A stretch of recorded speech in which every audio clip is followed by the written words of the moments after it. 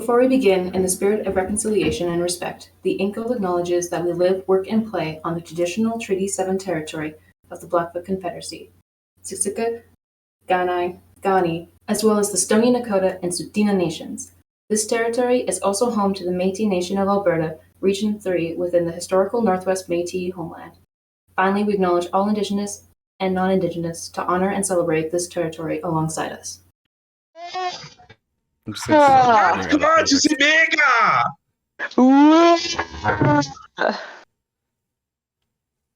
Well, that was something. I'm glad people are hyped for Korra. Mm-hmm.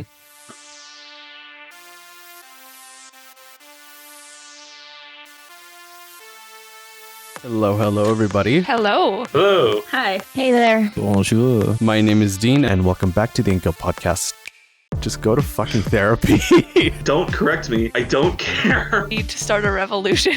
I'm going to fucking explode if I don't say this by now. She would challenge them to a double dutch. I'm going to summon up his spirit to fix all of this up for me. You didn't have good enough tea and or comic books, so. And you know what? I'm gonna say it. All of them are fucking idiots. Simply everyone is taking cocaine. Just say your morning routine. You're replicant breathing. I'm so excited to find out if Jughead got abducted by aliens or not. Boneless. Is your refrigerator running? Better go get it then.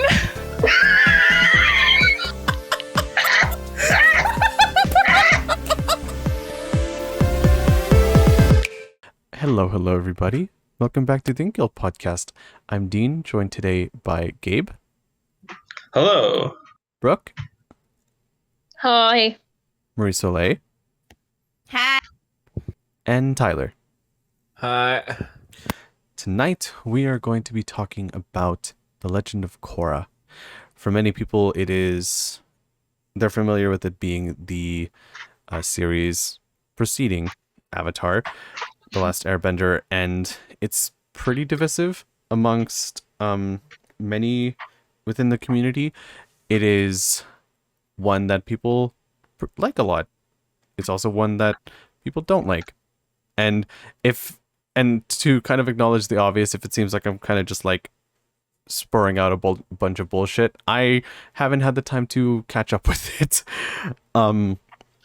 Unfortunately, just been a lot going on, but I still have enough knowledge to guide everyone to conversation. But anyway, enough about me. Let's get started with tonight's session. There's nothing else to promote, no other heads up. So let's get started with Korra, the Avatar herself. I think that could be an interesting place to start. What is there to say about Korra, guys? Good. Be beefy, girl. Good. Yes. Mm-hmm. We talked a little bit on our ATLA episode about Korra because we weren't sure if we were going to do this episode. So, like, restating my opinions there, I like her more than Aang, personally. She didn't deserve all of the negativity that she got. No, not really. I think a lot of the negativity she gets is for how she's characterized in season 2. Season 2 has a lot of problems. I think one of them is how, like, Korra becomes so much meaner to everyone. Because, like, I think in season 1, I really like her. I really like having rough-headed, angry, not angry, no, but like tough, like headstrong. That's the word. Headstrong, like sort of tough Avatar. I like that. It's cool. It sort of reminds me of how like Earth Avatar lady fans. Kyoshi. Yes, it sort of reminds me how she's like characterized. Yes. How like I would imagine like a young Kyoshi would be like sort of headstrong, a bit brash, a bit more yeah, and then like I think a lot of the guff that she gets is because in season 2, I think they like took that and just made her mean to everyone for no reason. Mm-hmm. See, I wouldn't say no reason. I didn't like season 2 that much either. The whole Unalaq fight thing was a bit overblown. But then so again was the Kuvira fight. It's just the way it has to go for the season finale sometimes. But like I like looking at Korra as honestly hardcore trauma. She goes through some shit. She gets fucking mercury poisoning end of season 3. Oh yeah. That's wild. And that's serious shit. And in season 2, she did have her powers ripped away and then given back. And it was her first true experience being the hero. So I can see how in season 2 you're saying she's mean, but I see it as she's fucking troubled. Her first fucking villain, her very first villain, almost kicks the ever-loving shit out of her and takes her powers away for a bit. That's got to be a wake-up call. I was gonna say, yeah, just in what I knew of season 1, that's fucking huge.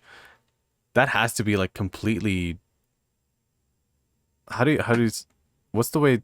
Like, what's a word that you can describe like taking away everything that you know? Like, Korra, from what I know of season 1, is, like Gabe said, very headstrong and very independent, and that's because she already mastered what, 3 out of the 4 elements, right? Yeah, that kind of like knowledge beforehand is like really interesting. And throughout the series, it's so cool to see the fact that like because of that, I don't want to like stubbornness and like that headstrongness, it's actually really interesting to see when Amon takes all of that away. But and this is maybe one of my issues with Korra, it's they just kind of gave everything back instantly. And maybe that was just reminiscent of like, you know, my rant on Encanto from last night, but just maybe it would have just been a little bit more interesting to see if they had just like allowed her to learn all of her bending abilities back from like all the way back to maybe like the final season, I think, or like maybe even just until the next season, because just giving Korra all of her abilities back, plus giving her the ability to airbend now, it may give her like a new story arc with airbending, but at the same time, like, did it really progress her character? Well, see, she does talk about it a few times, which I like. The one thing I like about Korra is that she always references her past traumas. She doesn't really forget them out of nowhere. But again, the idea that she just got her powers back because, "Ooh, you did a good job, Avatar. Here's your reward. Nothing changed," is probably more on the fact that they weren't ever sure they were going to get a second season. Oh yeah. Well, yeah. They thought it was going to be like there's just literally a bunch of problems in the production. Nickelodeon did not want Legend of Korra to succeed. Yeah. So they kind of had to resolve that right then and there, because it's like we have we're not going to leave this plot thread hanging when we don't know if we're gonna.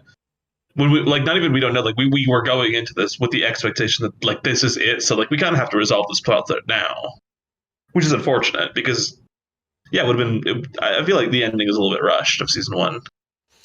Without that, like as someone who's unfamiliar with the production of The Legend of Korra, because I've only ever heard it through like our Avatar episode and from some conversation, but do you guys do you know if you'd be able to fill me in on that right now? Or Nickelodeon sucks. I mean, we kind of already have. It was just a shit ton of issues with it. They were like overworking the workers. They were having time and budget constraints, and then of course they were getting pushed to like just finish the show. So that's why it feels rushed at the end, because they were like not really sure where it was going, and they didn't have the proper facilities to make it work. So I don't really blame the failing of the end of the season, because I think in world it would have been better, and they did the best that they could with what they had. Yeah. Nickelodeon didn't advertise for The Legend of Korra like at all. They had the air times for the episodes like really, really late at night. Like this is geared towards children, teens era, but it was aired like at late times in the night when they were probably already in bed. And they just didn't want it to succeed. Because it was very different from everything else. It was a lot different from Aang, from The Last Airbender, partially because they had a female main character. Also, a female main character who wasn't girly. Like, Katara is more similar to Toph. I mean, Korra is more similar to Toph than she is to Katara. And she's the leading lady. Mm-hmm. Toph got away with being a tomboy because she was young. She's only 12 years old, I think. And a side character. Who showed up halfway through the show. Like, she showed up in season 3. But we've got Korra from the beginning, who is strong and tough and not kind. Like, I don't think she's ever really genuinely kind to just be kind. If that makes sense. She's fair and she's just and she's hard, but yeah, I wouldn't necessarily give her the moniker of kind. Yeah, I think she's kind to people who deserve it, but like I think what I like about her in season 1 is that like I feel like a big difference between her and Aang per se is that Aang will see someone that he doesn't like, and he'll have like a very sort of naive, like kiddish approach to it. That's like the whole debacle in the final 4 episodes is that he has like he's grappling with his like his sort of childish notions and stuff while Korra is, I mean, I feel like I'm sort of stating the obvious by saying Aang is a little kid and Korra is a teenager, but Korra is a teenager. She's more fuck the system. I want to fight. Mm-hmm. I have this rivalry with a cop throughout season 1. Isn't she like 20 by season 4 though? By the end of it, because she has a 3-year time skip at one point, so she's like 19 or 20 by the end, which I also think is cool. But I hate time skips. However, I know last episode, Brooke, you said you didn't like Korra that much, if I'm remembering correctly, and we didn't get into it. Yeah, that we. Oh damn! I don't remember saying that because I was literally writing down a little jot note list for this, and I literally said, Korra is great. Arrogant, naive, reckless, but kind, caring, loyal, trying her best. Her struggles are real. She goes through a lot. And of course, I love KorrAsami. And of course, Korra is literally my reason for like working out. She is the inspiration. I want to be her. Mm-hmm.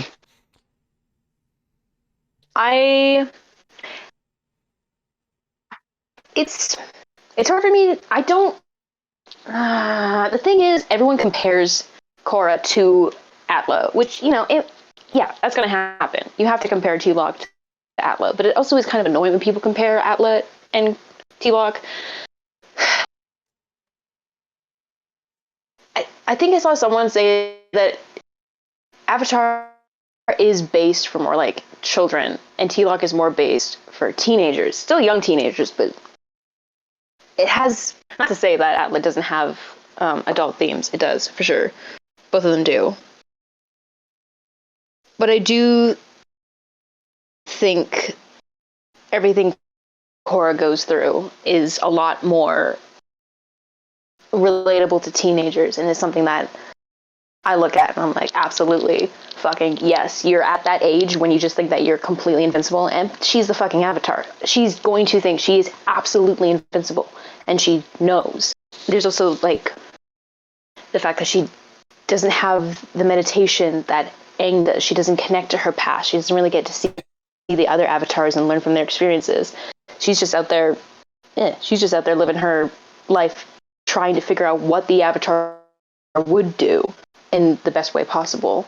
I think she's a very complicated, complex, and interesting character, and I really do like her. She has a lot of problems. She has a lot of cringy moments. She has a lot of times where I'm just sitting there like, oh, girl, what the hell are you doing? But it makes it all the better when she does succeed, and she makes amends with people when she's being honest with her feelings and her powers and her abilities and her weaknesses and her shortcomings. So no, I don't dislike Korra. I quite like her, and I quite like the show. And even though I do hate season 2, it's very integral to the rest of the seasons.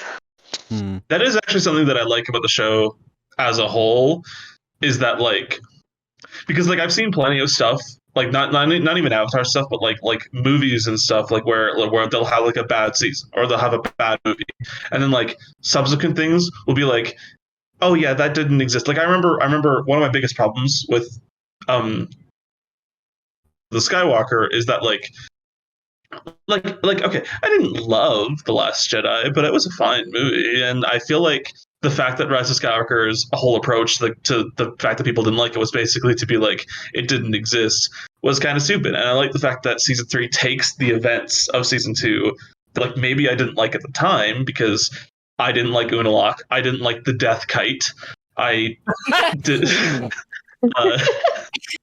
but like it takes them and it makes them important, and it does interesting stuff. It doesn't treat them like it didn't happen.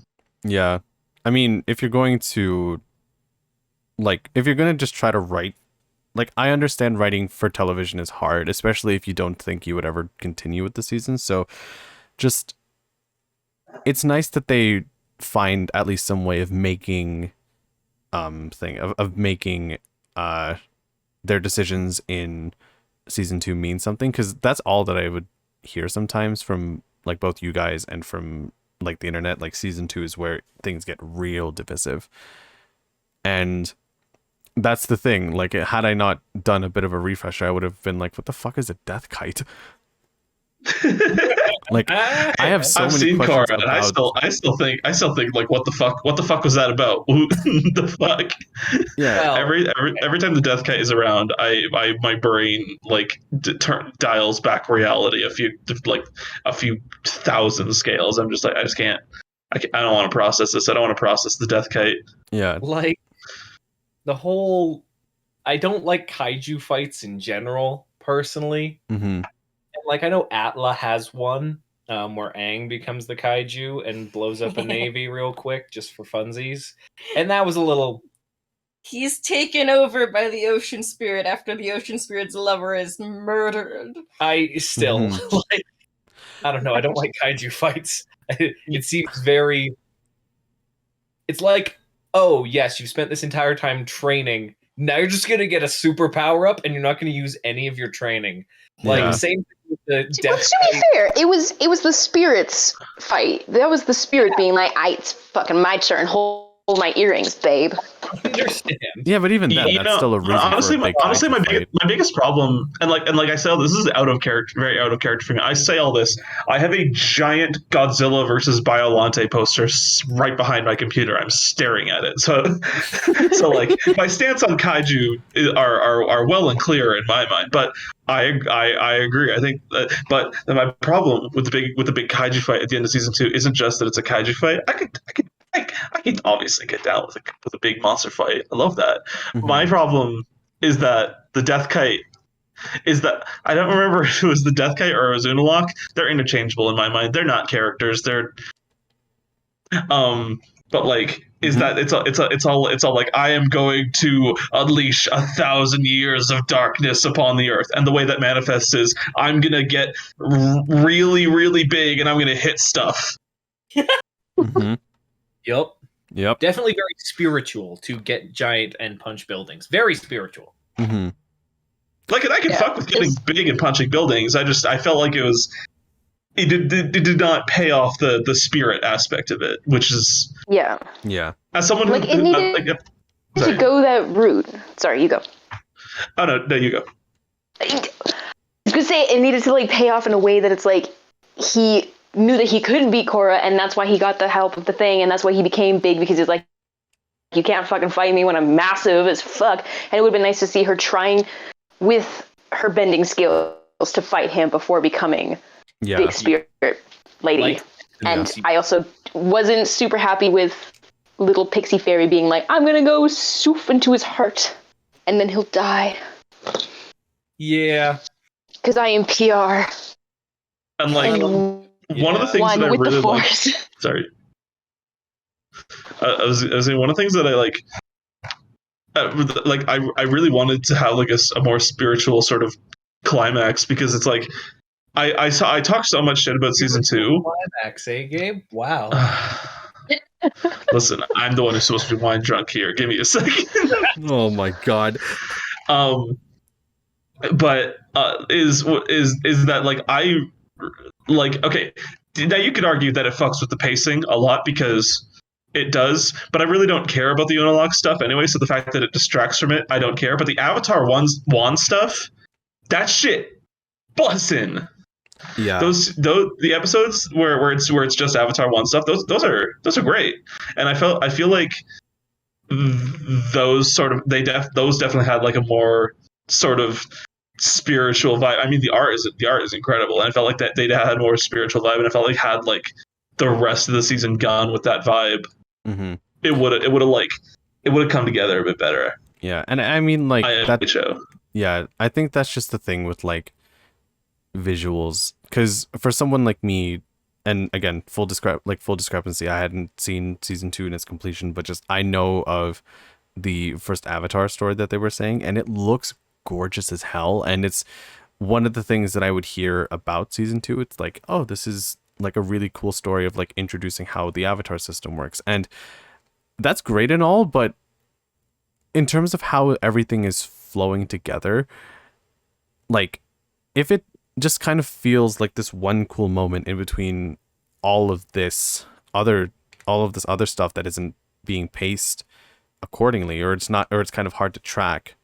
And again, I'm not saying that that's necessarily what happens in Korra, but just like what good is like our pretty visuals if it's not tying into the story well? And I'm not trying to discredit what you said, Gabe, but I'm just saying, like, if pacing wise it all just seems like amazing to look at, like what's the relevance behind it, you know?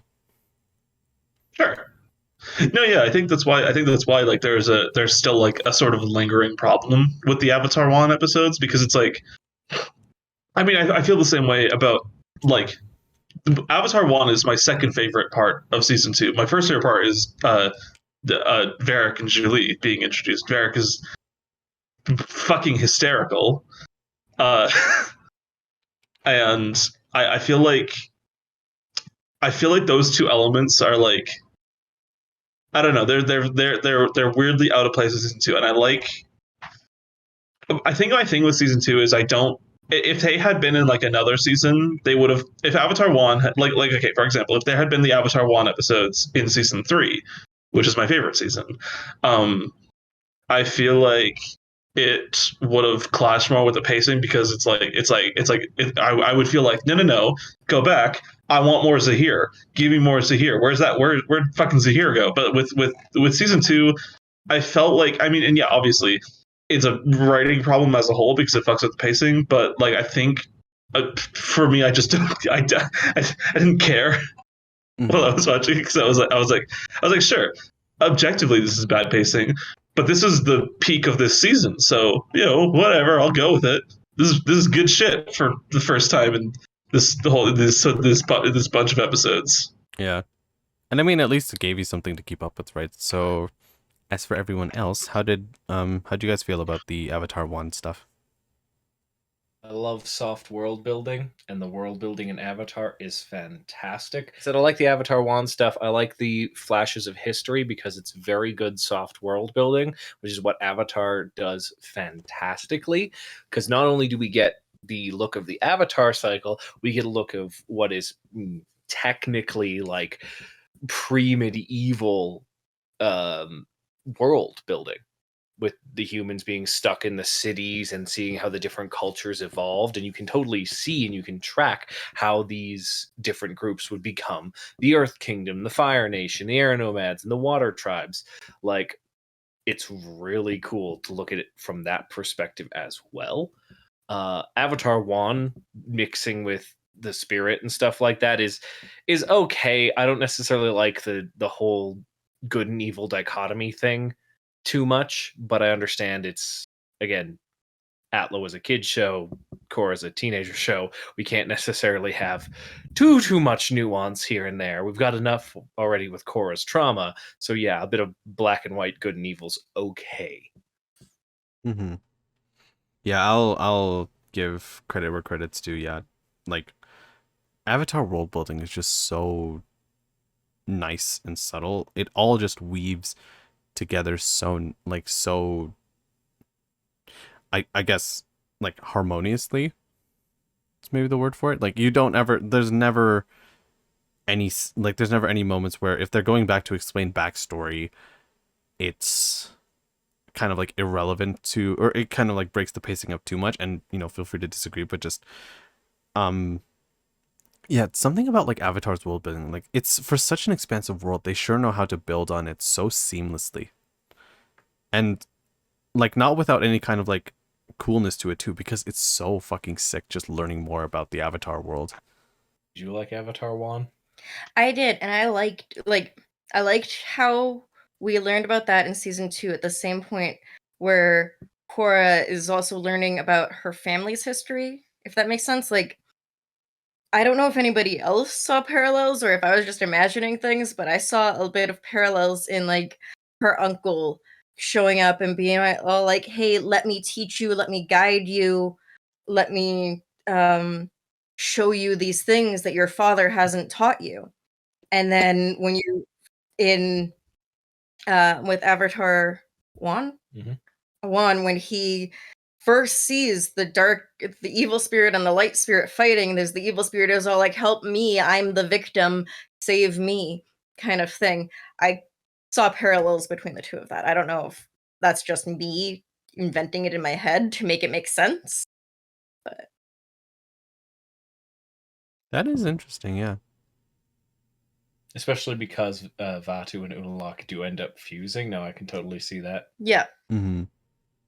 Especially because Korra chooses Unalaq over her father, and initially Wan chooses Vaatu over Rava. So no, it makes sense. And there's also like there are similarities with how Korra is whenever she encounters something, she wants to fight it.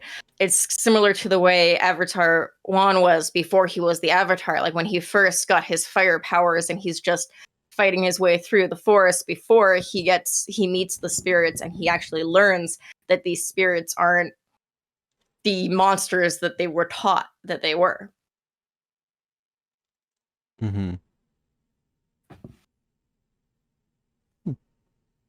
What do you think of Avatar 1, Brooke? Because that pun just still hurts me to this day. But anyways.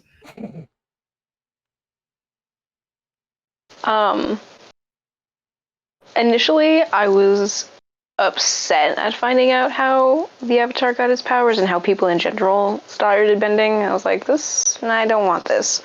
But I did like... Why? I don't know.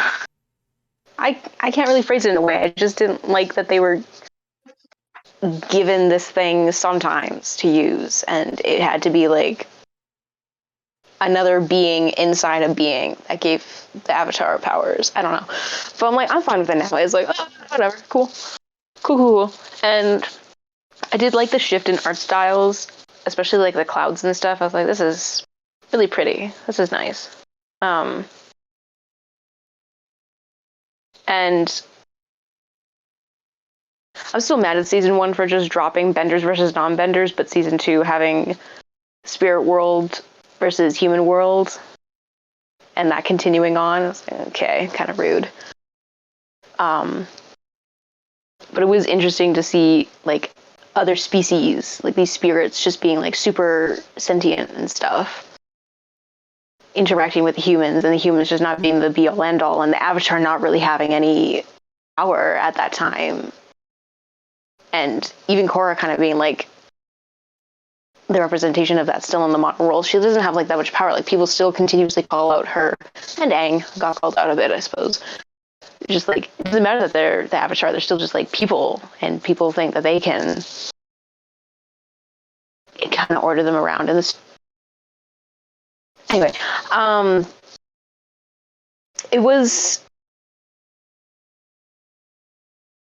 I don't know, like kind of a weird way to introduce how the Avatar came to be because of Korra's situation at that time. I almost wish it had come through her deliberately trying to connect to the Avatar's past. Mm-hmm. You know? Yeah. I completely understand what you mean by like a being within the Avatar being the power. You're right. It does kind of cheapen it just a little bit. Instead of the power coming from right? Instead of the power coming from the person and their dedication and their training, oh no, superpower spirit, it melded with my soul. And it kind of contradicts what we learned in The Last Airbender, because they talk about how they were taught their bending from different animals. Like, well, the waterbenders learned it from the literal moon, but everybody else, like the earthbenders, had the badger moles, the firebenders had dragons, the airbenders had the air bison. Well, to say that they were given their powers as a source from the dragon turtles, I don't actually remember what they're called. Well, lion turtles. There we go. Yeah, lion turtles. There you go. Control it from their animals, I guess. But I do see what you mean. Yeah. Kind of canon. Yeah. And I mean, like, if they wanted to, I think, just the literal giving of the powers from the land turtles, it's just, like, if they wanted to keep continuity with what they've established in season 4, like, you could just have these great creatures kind of like push them towards that direction, and kind of like through some process, here's how you get the powers, or like you've unlocked the powers after like how many kills in game or something. I don't know, but just it's Fire Nation on a hell of a kill streak right now. That 100 Years War, goddamn. Oh my god. Okay, not what I meant. Just what I mean is just like pushing someone towards pushing someone towards the powers that they could like have and master on themselves. Like, that's really interesting, and it keeps continuity with what was said in with what Marie-Soleil said, because I completely agree. I hadn't noticed that until now. I'm like,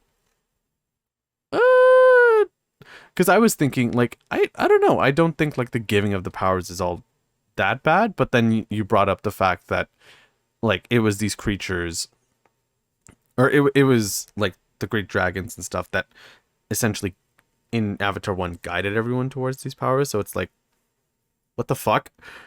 Yeah. I know I just spewed a bunch of nonsense, but I hope I made sense. And I know lion turtles are hinted at and teased in The Last Airbender. Like, Aang meets one who teaches him how to like spirit bend. Energy bend. Yeah.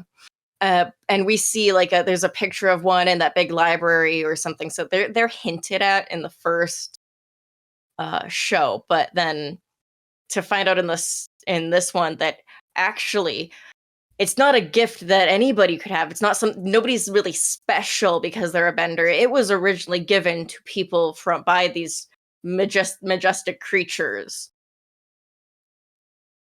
Which again, there's still a way to work both world builds in with the getting the gift from the lion turtles and then being taught about the gift, but it just gets muddled. Yeah. Right? With the way they did it.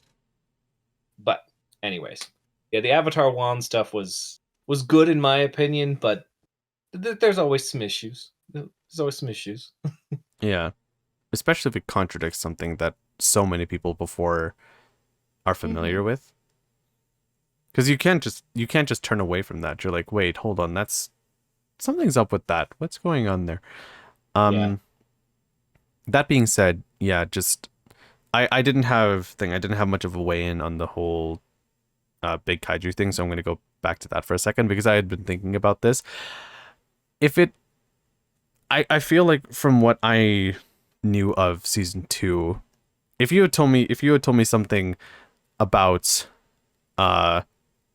if you told me nothing about season 2 and you told me that it just ends in a big kaiju fight, I'm like, oh, so what did they miss?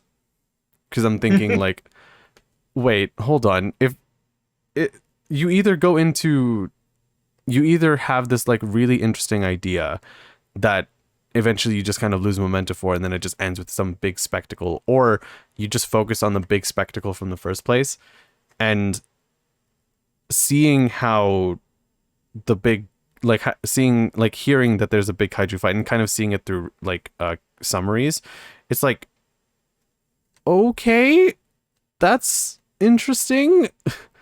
It's a thing that happened. Yep, definitely. Yeah, thing that happened. But yeah, just felt like I had to say that. Anyway, while we're talking about a bit of, past world building with Avatar 1 and the history there, what do we think about the technological and world building advancements between ATLA and then into Korra? Because we see a little bit of the steampunk with the airships and ATLA, right? But when it's Korra's turn, we get to see these 4 seasons. Boy, does technology just leap and jump. We've got submarines and ships, and we've got mechs, and then we've got the big thing at the end of season 4, which will surprise the hell out of Dean if he doesn't know about it already. What do we all think about that? Because I liked quite a bit of the world building, though I could have done without the mechs, personally. I mean, my opinion on mechs has been made well and good and goddamn clear every single time I've had the chance to state it. But I'll give it one more go. I love mechs.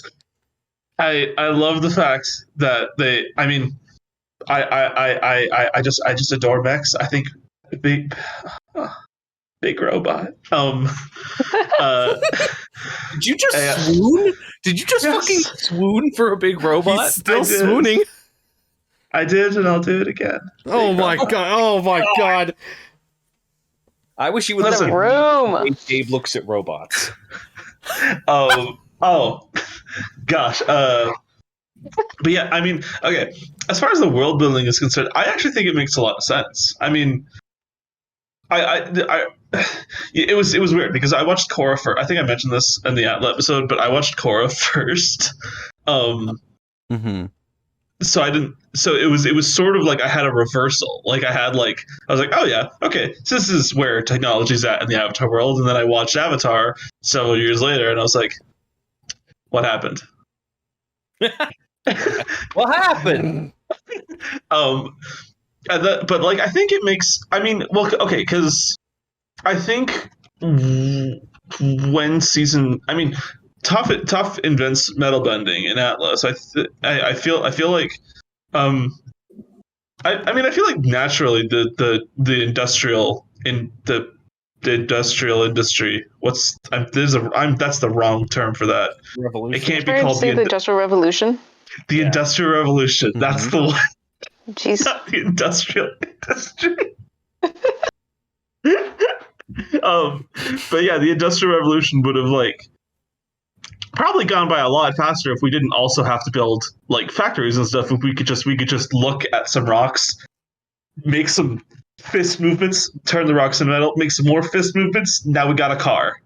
I think there's a few more steps, but yeah, that's about right.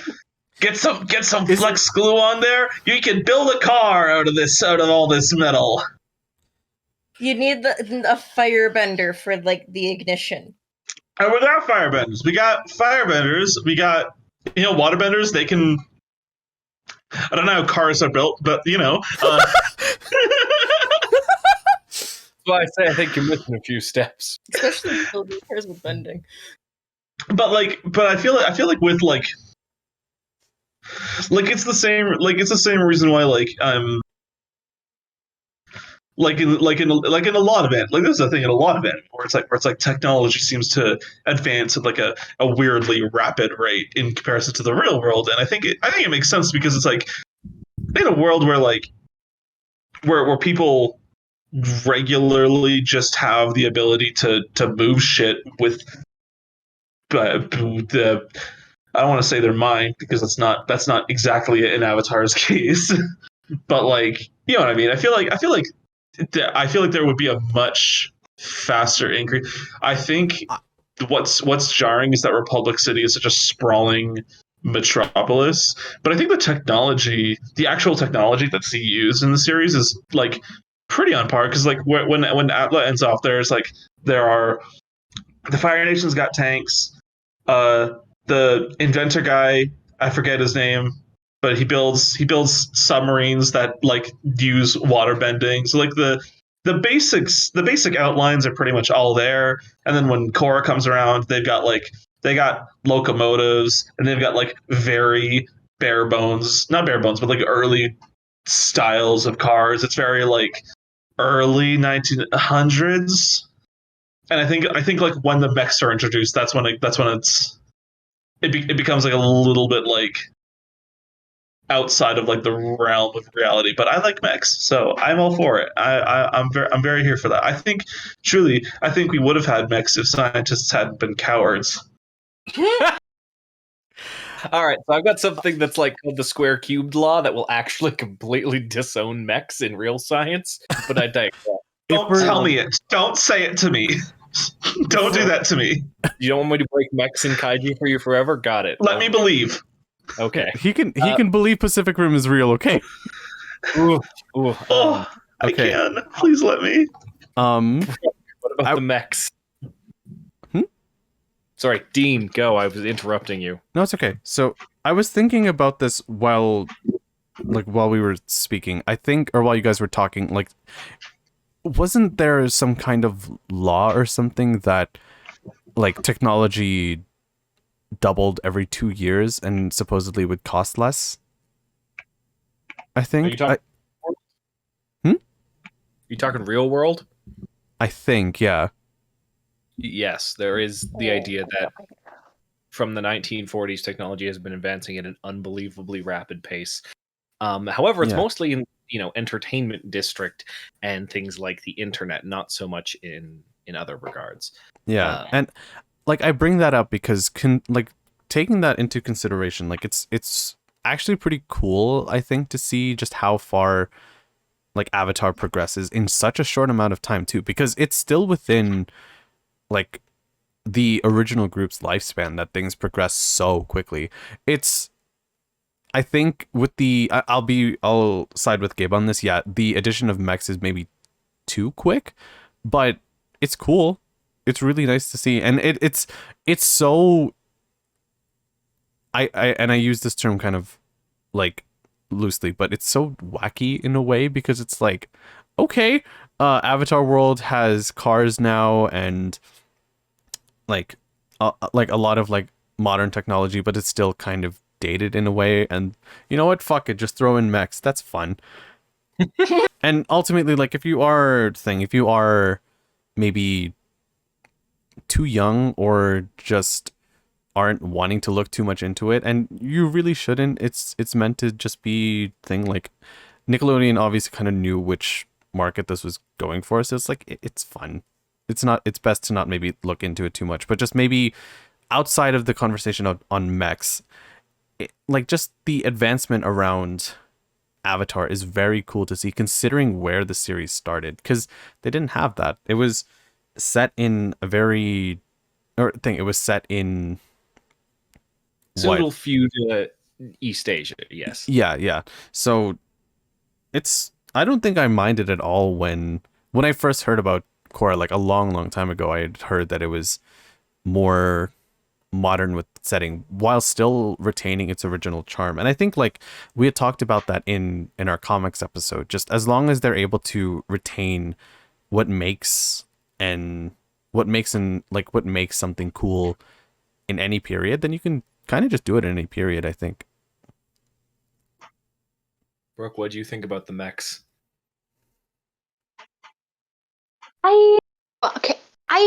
What was his name? Sato? Yes. Yeah. I like Sato's mechs. It made sense for a non-bender to make something to try and level the playing field when trying to take down other benders. I didn't like Kuvira's metal giant.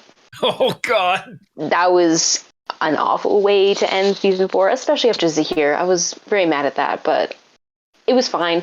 What I really loved about the progression of technology, it was very reminiscent of our real world, but also I just really, really loved seeing Toph realize metal bending, and then it becomes such an important aspect of the police force. I don't support the police force, and I don't support Toph becoming a police chief, but I really like the way that they use metal bending in the police force. I thought that was so cool, and I loved every time Chief Beifong was on screen. I was like, that's such a badass. So good. Love that. Love that advancement very much. Mm-hmm. I also just like seeing those cars. They're very pretty cars. They're very cute, and I also just love that Korra can't fucking drive. And Asami's just a badass bitch, and she knows how to use all the tech. She makes up for her shortcomings in not bending. So, like, I didn't like the mechs. I really like mechs in a lot of things. Most anime, I'm okay with a mech or two. But I really didn't like the mechs, and I'll tell you why. Yes, it makes perfect sense that Sato Industries produced them to combat benders. It pseudo makes sense from a militaristic world-building standpoint, especially with Kuvira using them to make sure that her army is fully augmented. I did not like the giant colossus. God, it was annoying. The fight with it was really cool because you didn't go kaiju on kaiju. You actually fought it from the ground, which I liked. Still didn't like the mech in general. But the reason I was so okay with the Fire Nation having tanks and things in ATLA was because they were all still powered by people. Mm-hmm. They were all still, vehicles where the firebenders could shoot their fire and project from that. And the submarine used water bending. And the flight machines were very basic, like no motors, or the gliders were using, air bending as Aang and the air nomads used. The technology still relied heavily on the people. How the fuck were those mechs powered? Someone want to tell me? Electricity. From what? I don't know. Batteries. Were there batteries? Sure. Probably. See, that's my problem. That's my only problem. Probably similar to those like zappy gloves that they had. Yeah. Yeah. How were the cars powered? Did they discover oil? Who says they electric powered? They could be electric cars, exactly. Yeah. From what? Battery production electricity. does not occur given the actual technological standpoint. You just want more world building. Yes, I do. Question then, have you looked at the comics? If we're using batteries, then why the fuck is Mako working as a lightning bender to power the city if we have batteries? Because he sucks. Oh my god. Because they have lightning bending. Yeah. Why electricity if create electricity? So, again, you just have little lightning benders tucked in the engine of the car, just zapping away to keep that thing going? Yeah, just a little guy. I think, oh, sorry, Marie-Soleil, go. They charge the battery. I don't know. Yeah, suspension of disbelief or whatever it is. I'm a huge cynic. I can't do that. That part of me has been long broken. So I love the technology. I love the introduction of radio and the idea that it created globalization and how Republic City is, a modern city, given that it's a city-state unbounded by other nations and, a democracy where technology is flourishing. I like all of that. I'm even okay with using lightning benders to power your city if you pay them enough. Not that I think Mako is getting paid enough for doing that. You're literally powering the city. You should probably be paid pretty good. I'm okay with the cars, but the mechs fucking threw me. They really did. Yeah. Personally. Yeah. And I was going to say, just it's interesting we were talking about that because that's a good amount of shit in my own world. So again, well, first, I don't mean to make this about me, but just in my book, Xeno, and I may have explained this before in previous podcasts, and I may have talked about it in conversation, but the weapons that I have in my world are basically they're a way for people who don't know lightning magic to use it.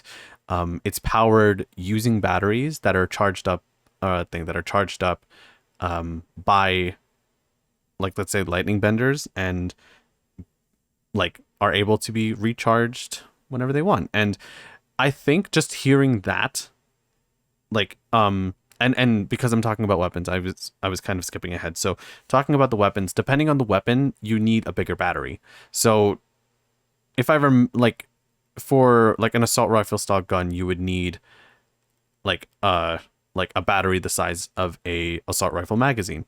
For a pistol, it's a pistol magazine. It's literally just finding a way to make things work in the world. And Tyler's right, but also Marie-Soleil is right. Like Marie-Soleil is right in the fact that like it's just suspension of disbelief. You don't have to think it's fine. But at the same time, like I'm also just wondering, as a person who likes investing in that kind of stuff, like what is it that just makes this thing work? Yep. And it's doubly true for the giant mech that I saw at the end. I'm like, oh, okay, they made a one-eyed giant Megatron from the 80s. How are they doing this? That one's powered by vines, actually. They Spirit are vines. sucking the spirits out of the vines to make a big old battery. Wait, fuck it, what? And then they use the spirit, and then they use more spirits for the spirit nuke. Yep. And that is actually explained in world. The cars aren't, but the giant mech is. I feel like We don't need cars explained. I feel like either batteries or like I don't know why I didn't think of this. I feel like I mean, you know, I hate coal. I hate coal is a useless form of power, and I don't think It should the be a people of the diagnosis. Avatar world have access to nuclear power. But like I can imagine it'd be coal. I mean, earthbending that would make like coal They mining. really have you know? coal in ATLA. Yeah. Mm-hmm. They already have coal. They've got it. They just get more of it. That's How do you another. power coal. Oh my god. Combustion engines. Nope, it doesn't. You cannot power a car with coal. It does Like not. a little bit of it, and then like a little juice, just a little, just get some coal in there. Mm-hmm. It's like a locomotive.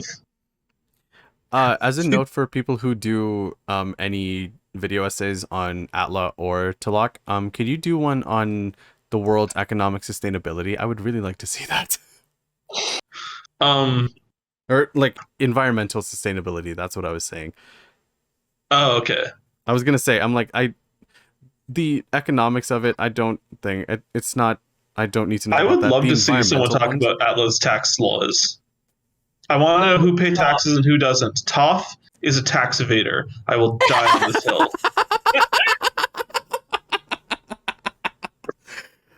Oh my god. Is the Avatar tax exempt? Because she does a lot of fucking damage. Let's be honest. Fuck, that's a good point, actually. I haven't.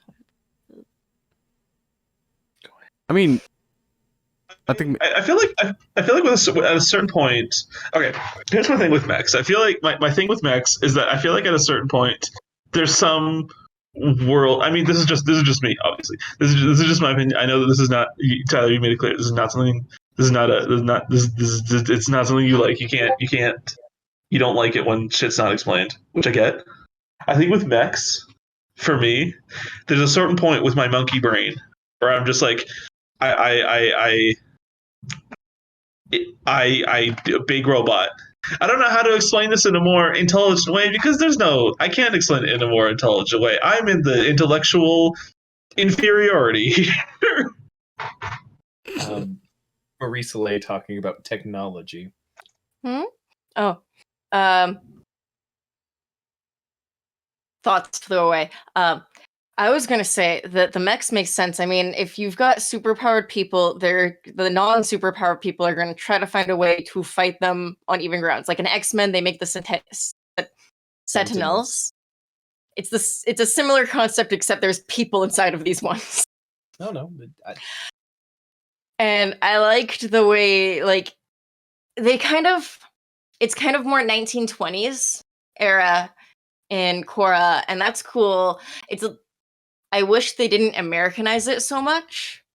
Does that make sense? Republic City was pretty pretty American. It's like I read a person that said it was like Shanghai and Vancouver and Seattle kind of inspired it. And I wish that they hadn't used Vancouver and Seattle. That's fair. Yeah. Mm-hmm. Yeah, that's fair. Mm-hmm. Yeah. And I kind of wish we got to see more of like the rural areas in it, because like that's where Last Airbender stuck around more. They didn't really go into big cities except for like Bossing Sing and Amashu. And it would have been cool to see like the countrysides a bit more.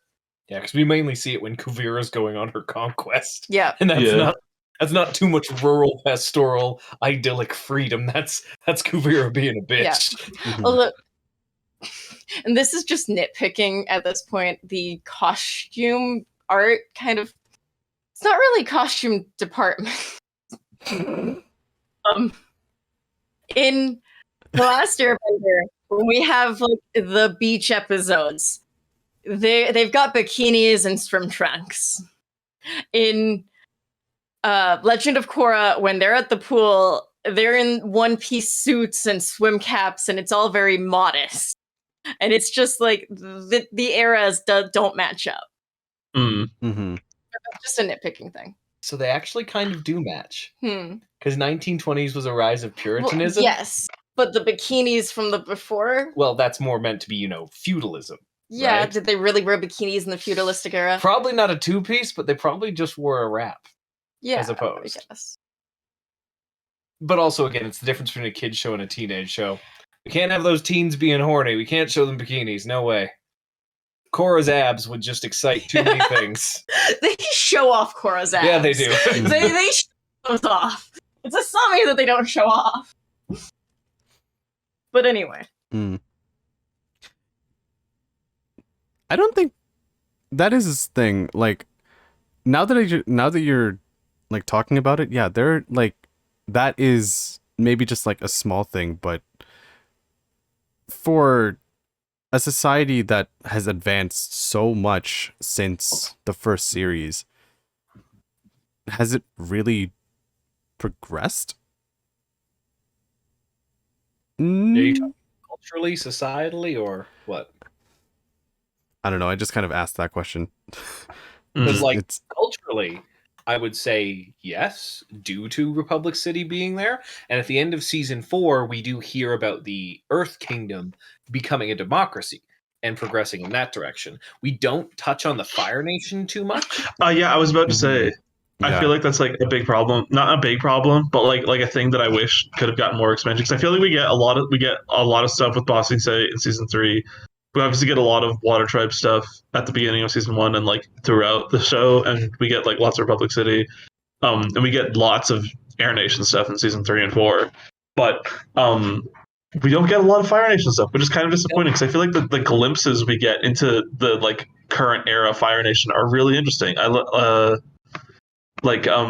When we get General Iroh, who I think which I think it's fucking hilarious. I love that they got Michael Dante back, but like he's made literally zero change to like the voice. He's just doing the Zuko voice. It's so funny. I love General Iroh. He's fantastic. And then there's like God, what the fuck is her name in season 4? Who shows up during like the council meeting? Oh yeah, Zuko's daughter, who's the new Fire Lord. Yeah. Mm-hmm. Yes. I think she's really interesting, and I feel like to her whole everything that she says during that whole meeting is super interesting. I feel like Izumi, Fire Lord Izumi. I feel like everything that she's like talking about in regards to like the Fire Nation stuff, it's all very interesting in that scene, and I wish we got more Fire Nation stuff in Korra. Yeah, which is a shame because that's a shame to hear actually, because just I figured the Fire Nation would still have a pretty prominent role in this, or in the Legend of Korra, considering just how dominant they were in ATLA. And I guess maybe you can say that Zuko really did bring peace to the whole Fire Nation, but that's not fun. Well, no, I mean, like, I feel like there could have been like more interesting ways to implement that, though. Is more what I'm saying. Like, I feel like, because I mean, out of all the nations in Korra, the only nation that ever acts as like an aggressive state is the Earth Nation in season 4 when Kuvira takes over. Most of the villains are like independents. They're like Season 2. Southern Water Tribe becomes evil. I am forgetting season 2. I usually do. One of the Water Tribes goes on full like military coup. That's true. wasn't counting them.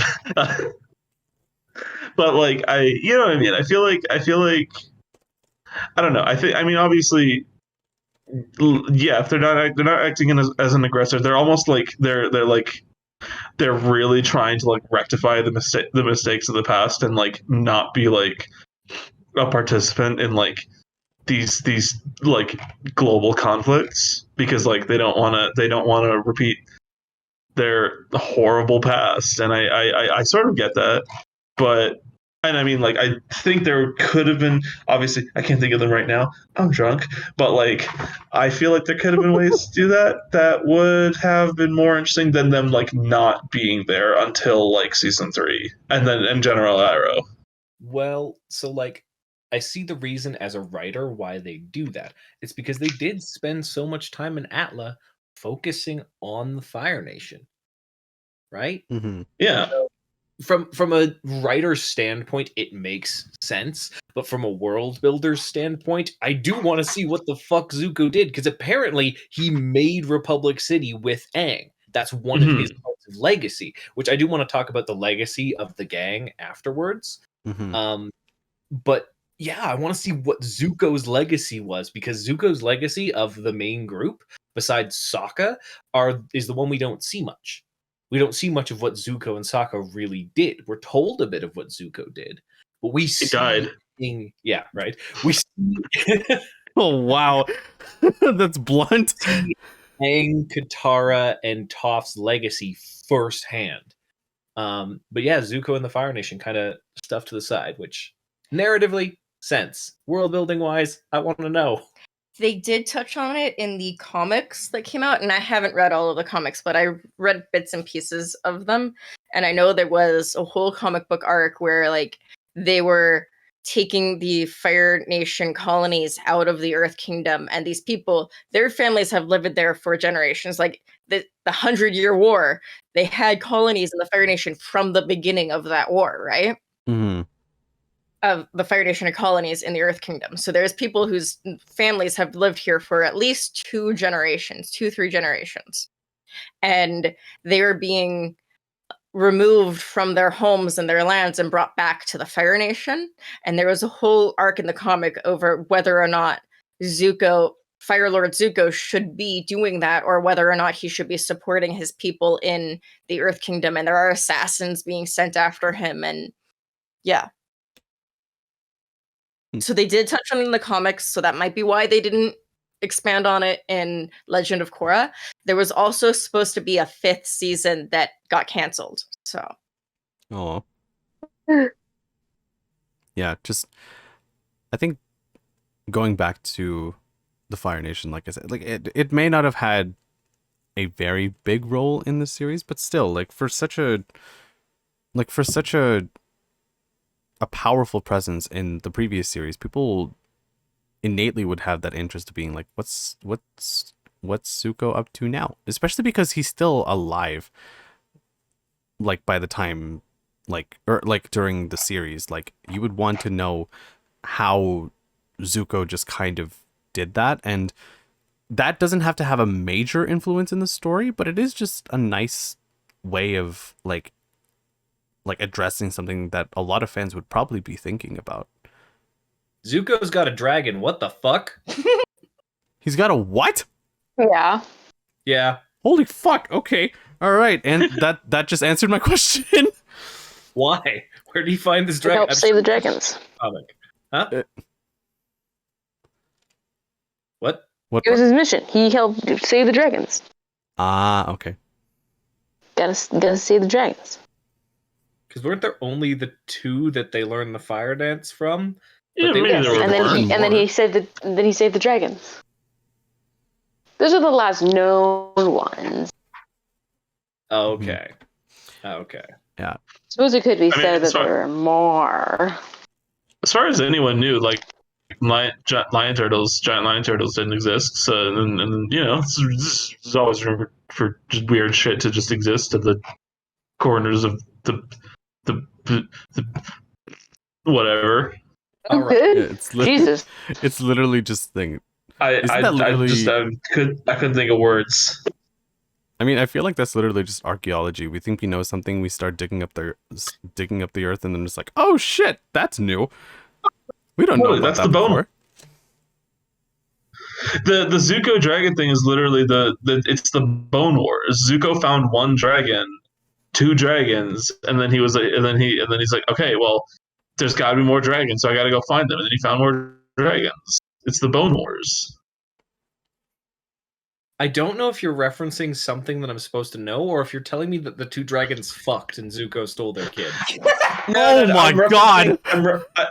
I'm referencing the real historical event in the 1800s when the first dinosaur bones were discovered, and there were wars that took place between private military companies owned by bone and museum corporate companies who wanted the access to the bones, and they scavenged like for bones for like 50 years. Anyway, that's enough about the Bone Wars. Cool. I was gonna say, like, we've been talking, like, as interesting as like dissecting the world is, everyone okay if I kind of move along, by the way, or is there any kind of like last minute No. things? Okay. Yeah. No, go ahead. Okay. I was like, okay. Because I was gonna say, like, we've been talking about the world for quite a while now, and this world is not without its interesting characters, so if everyone's okay with moving on, let's talk about Team Avatar and Team Avatar 2. For me, I can define, or here are my quick summaries for Team Avatar 2, and please expand on this for me because I would like to understand it better. Korra has the most and the best characterization. Very headstrong, very independent, and that's it. Asami was always going to be the love interest, very badass, pretty cool. Just felt like the character that didn't take anyone's shit. Bolin was a lovable dork, and I didn't care enough for Mako. But he had a scarf and brooded. So you didn't like Mr. Emo Broody Fireboy? No one's even mentioned his eyebrows. His eyebrows were on fleek all the time. I'm opening the discussion. That boy had some eyebrows. I'm opening the discussion. Eyebrows. So Bolin has better eyebrows. Quick fit. Bolin is better. His eyebrows. So here's a bit of fun world building I came up with while watching today. Yes, I'm talking about world building again. I'll get back to character in a second. No one in the Fire Nation should have any body hair because they're so used to getting fucking burned. The reason Mako's eyebrows are perfect is because they're drawn on, just like every Fire Nation member. Anyone who plays that close to fire has no body hair. They shouldn't even have hair because it's such a liability during any firebending practice. Maybe it's like Sharpade. Tied up. Yeah. Could be fake wigs, too. Besides that, I liked this Team Avatar because they had some very real interpersonal conflicts, especially with fucking Mako not being able to pick a girl. I know it was cringe. Trust me, I do. But I really liked how it was handled every time. There was indecision. There was hesitation, there was commitment, there was going back and forth, because in a group of friends that do date, this shit happens. It was very real to me. I really liked it. Bolin was just the poor third wheel constantly until he got his little shoehorned love interest in season 4 there. But c'est la vie. I think that each of them got some okay arcs, except for the fact that Mako became a cop. You forget that Bolin was engaged. Oh yeah, Bolin was engaged to the best girl. I forgot about that. Creepy ice princess. Best girl. Voiced by Aubrey Plaza, no less. But yes, I did like this team. I thought they were good. The fact that they were all thrown together episode 1, whereas ATLA took a while to build the team, was different. But again, we've talked about how the writing pacing probably wouldn't permit any others. I Yeah. liked and like the Not Asami. True. Yeah. Wow. Asami's- I also appreciated that they did kind of draw out that like relationship, like the girls fighting over Mako for a bit, and then finally being like, "We don't need men. We have each other." Mm-hmm. I especially liked in the Remembrances episode in season 4, which is basically just a poor man's Tales of Ba Sing Se, to be honest. But I did like Mako talking to Prince Wu, basically just being like, yeah, we've had some relationship issues. Here's how many times we've broken up and gotten together. And he was like, shit, dude, what the fuck is wrong with you? And I was like, yeah. I don't know what it thing. I don't know. Maybe I just like the dorky character in my media, but like, what the fuck was it with Mako that just made two badass women fall for him at different times? What was it? The scarf? He was the bad boy. He was distant. He didn't fawn over them. It works. They were teenagers. Also Yeah. true. Okay. All right. That explains it. Thank you, guys. I don't know, man. Common experience in my world. I don't know. Why does everyone hate Mako, though? I was gonna say, yeah. Why does everyone hate Mako? I don't. Wait, who I does? don't hate Mako, actually. I don't care for him at all. He's just kind of there. He's fine. I don't know. I don't really love. I don't even know what my feelings are. It's like so difficult to even articulate exactly what I feel. He's like there. I don't necessarily hate him, but I don't love him. I like him and Bolin, though him and Bolin can also sometimes get tense. His relationship with both of the girls makes me kind of eh. But he's just, I don't know. He's just a regular dude. He's there chilling. He almost died at one point. I feel it has to do with his All right, original reaction to Korra. Here's what I'll let you speak. Sorry. But he was very cold and aloof to her. Aloof? Yes. Okay. I think so, yeah.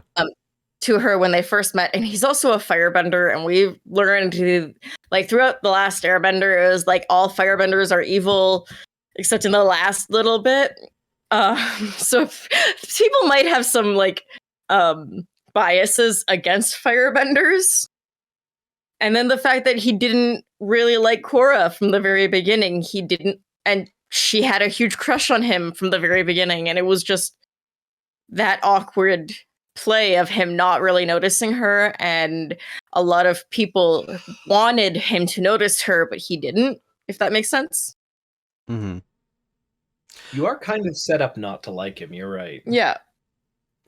Here, my problem with Mako can basically be it all happened in season 1, and I just never gave him for this. Aside from the love triangle stuff, because I thought that was rather tired. But like I feel my thing with Mako is that Mako, his brother are orphans. Their parents are fucking dead. All of that he's got is his fucking cool, awesome brother who's great. His brother gets kidnapped. He's like, damn, that's crazy, bro. And then this he's known for a couple of weeks gets kidnapped, and he goes on the fucking warpath. He failed the vibe check in that moment, and I never forgave him. Yeah, fair. Yeah. I think, yeah, to kind of sum up, like, my... Like, thinking on how I see Mako, I don't know his character, but just looking at him, I kind of relate to what Brooke said. He's just there. Apparently, he's supposed to, like, as part of Team Avatar, you would imagine that there'd be some kind of focal point. And Marie-Soleil brings up an interesting point. Like, when you have the reputation of the Fire Nation, or when you're associated as, like out of Team Avatar, the closest one to Zuko, maybe. That's a lot to live up to. And in his own way, like, he maybe shouldn't just be fulfilling that kind of association, but trying to be his own character. And I don't think I've ever seen that. And I mean, granted, I haven't seen it, but just like, there's nothing interesting or unique that I hear about Mako other than he was sought after by Asami and Korra, who have like much better arcs and characterization. So I think, yeah, maybe just between like the two, I think like Bolin just has like a bigger presence, not just as the dorky, like lovable character, but just as a thing, as a character himself, like as a person, he feels a little bit more like well-rounded, and he gets himself into some pretty interesting situations that are his own, and those are really interesting to see. Like when I heard from, like when I was like doing recaps that, or like when I was recapping on the series, that he had become a film star. What the hell was that about? Bolin does. Yeah. He becomes a film star. He joins the fucking fascists trying to take over the Earth Kingdom. He does everything. Mako just becomes a cop, has one investigation arc, and then we kind of forget that he's a cop. Yeah, and like that's what makes like following Bolin so interesting, is because he does his own shit. He isn't like, he's got so much shit going on. Yeah, and that's what I think now that I'm talking about this, it's what makes me hate fucking love triangles even more, because at some point, or I think maybe just a love V, but, or as we talked about last night, but within love Vs, everyone's character, like everyone's motivation suddenly becomes about love, and you kind of just lose, you either lose completely, or maybe just for an annoying bit, lose focus on what defines these characters, and it's just kind of like, oh, person, I want to love that person. Do I though? I don't know. And just following characters that are not tied to a central love triangle, like Bolin, especially like I know in season 1 he was a little bit, but when he suddenly becomes his own character, it's so fun seeing him, like hearing about him do his own shit. Because then it's like, okay, I have something else to pay attention to now. I want to see how this character grows in this situation outside of the main cast, or outside of the main group, because he is, at the end of the day, his own person still. As is everyone within Team Avatar. I'm pretty sure that does make sense, but I'm pretty sure this is an actual love triangle. It's not a love V, because Asami and Korra both they end up together, and they both were interested in him, and he was interested in both of them. It's an actual triangle. All points connect. Fair, yeah. And then there's poor Bolin somewhere outside this triangle, doing his own thing. Good for him. Good for him. Pining after Korra. Get out of there. For a small period of time. Just a little bit. Yeah, and then he moved on, which I really liked. I liked that they had him move on, and they, like, in a healthy manner. He wasn't angry with her or angry with his brother. Like, he was a little upset for a couple episodes, but he moved on. Mm-hmm. Healthy. Mm-hmm. No, it's good. Like, most of the relationships end or begin on kind of healthy terms, besides Mako having a little too much hesitation to be like, shit, I'm actually back with Asami now. Sorry you had amnesia. We broke up. That was the one point where it was like, ooh, buddy. Buddy, why? Mm-hmm. But that's a lot about the heroes. Anyone have any closing comments? Because I have a topic I want to move on to immediately after them. Okay. I mentioned it before. I want to mention it now. The legacy of the Gaang in Legend of Korra. Seeing specifically Toph and Aang's children and how they've interacted and grown up in the world, and how we can learn about where our favorite characters went after the series was fantastically done and very interestingly done, because we get to discuss a lot between Toph and Aang that they weren't actually the best parents. It's something that you never expect. That your great, big, bright group of heroes were not the best at being parents. That's unexpected, right? It's supposed to be the villains that aren't good parents, not the heroes. They should be good at everything.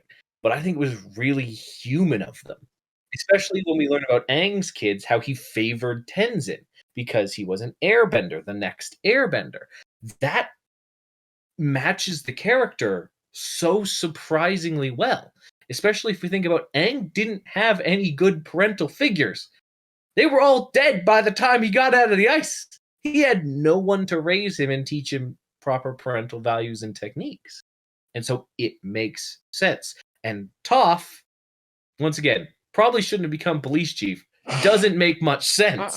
But her issues with her daughters were very interesting as well, especially when we talked to Lin about who her father was and how Toph just sort of brushes that off. Because that kind of makes sense for Toph as well. We don't see Toph with a love interest at all in ATLA. Though it's theorized that she and Sokka have a kid, and it might be one of the two girls, it's never fully established. And that's really interesting as well, because I don't think Toph would care too much about a romantic relationship like that and have her daughters a product of that. I thought that legacy was super interesting, and I wish we would have seen more of Sokka and Zuko's legacy because of it. Because that family and generational drama was so well done. I mean, for Zuko especially, considering that he has a daughter, right? So the legacy of, oh my god, the legacy of Izumi, right? Yeah. Yeah, like Izumi's family legacy, I would have loved to have had, now that you mention it, like a side arc, or maybe just like its own separate exploration of that, because Izumi finding out her father's history, there has to be some kind of like interest in that, whether like if Zuko would be openly sharing that kind of history. How does Azula factor into that? How does he speak of his how does he speak of his father? Like, I would like, if they hadn't done a season 5, I wish that they had that they had leaned into more into Zuko specifically, because he carries a lot of history, and the fact that, Tyler, you're right, like there isn't much exploration on that end, it's unfortunate. And it's actually really unfortunate, because with Sokka, when I heard that Sokka's role in it, like, I don't know how big of an influence Sokka really has throughout all of TLOK, but just very little. Yeah, and like, as unfortunate as that is, like, I can't really see Sokka's arc going anywhere. Like Sokka after ATLA going much. And maybe that's, again, just because he didn't have much influence in the main story anyway, but just what else could they have done with him? Well, for Sokka specifically, I really hate the fact that he doesn't have any kids, because his love interest is baked into the last two, well, basically the whole of ATLA. He's dead. With Suki. But Sokka's just dead? They're both dead. They're both dead. Suki dies early, so he doesn't get kids. But that's very unsatisfying to me. Because I think Sokka and Suki would have been pretty interesting parents, and their kid would have grown up to be a hell of a fucking martial artist. Especially if Suki carries on the legacy of the Kyoshi warriors to their kid, that'd be interesting too. But I feel like, how would that kind of influence the overall story of like TLOK though? Could it have been different? And that's it. It'd be strange, because that kid would then obviously be similar ages to Tenzin, Bumi, and Lin, but wouldn't have any powers unless they become an airbender of sorts when Korra does the spirit link thing. It could have been another member of the gang, the second gang, that's sort of a rival to Asami, because Asami is your non-bender, whereas Sokka was your non-bender in the original. And whereas Sokka learns martial arts from basically every nation and becomes like a kick-ass strategist, Asami is very smart and uses technology, which is kind of it's good. I don't mind that at all. But I would have liked to have seen a non-bender more in Sokka's capacity as well. Look, it begs the question: if Sokka had a kid, would he end up having been chief of the tribe, the Southern Water Tribe? Because, like, actually, yeah, in the Last Airbender, when they're in the Northern Water Tribe, it is said that like Yumi would be marrying the guy, and he'd become the next chief because she's the daughter of the chief, right?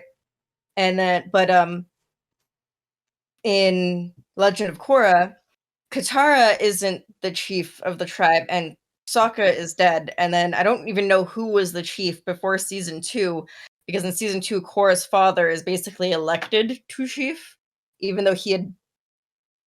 And there's the whole situation with him and his brother in the northern tribe, and him being exiled and whatnot.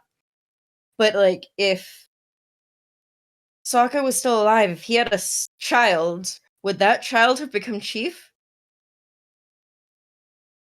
Yeah, like lines of inheritance, that would actually be who the chief would have been. And that would have changed a lot. Yeah. But again, they just killed off Sokka and Suki, so I don't know.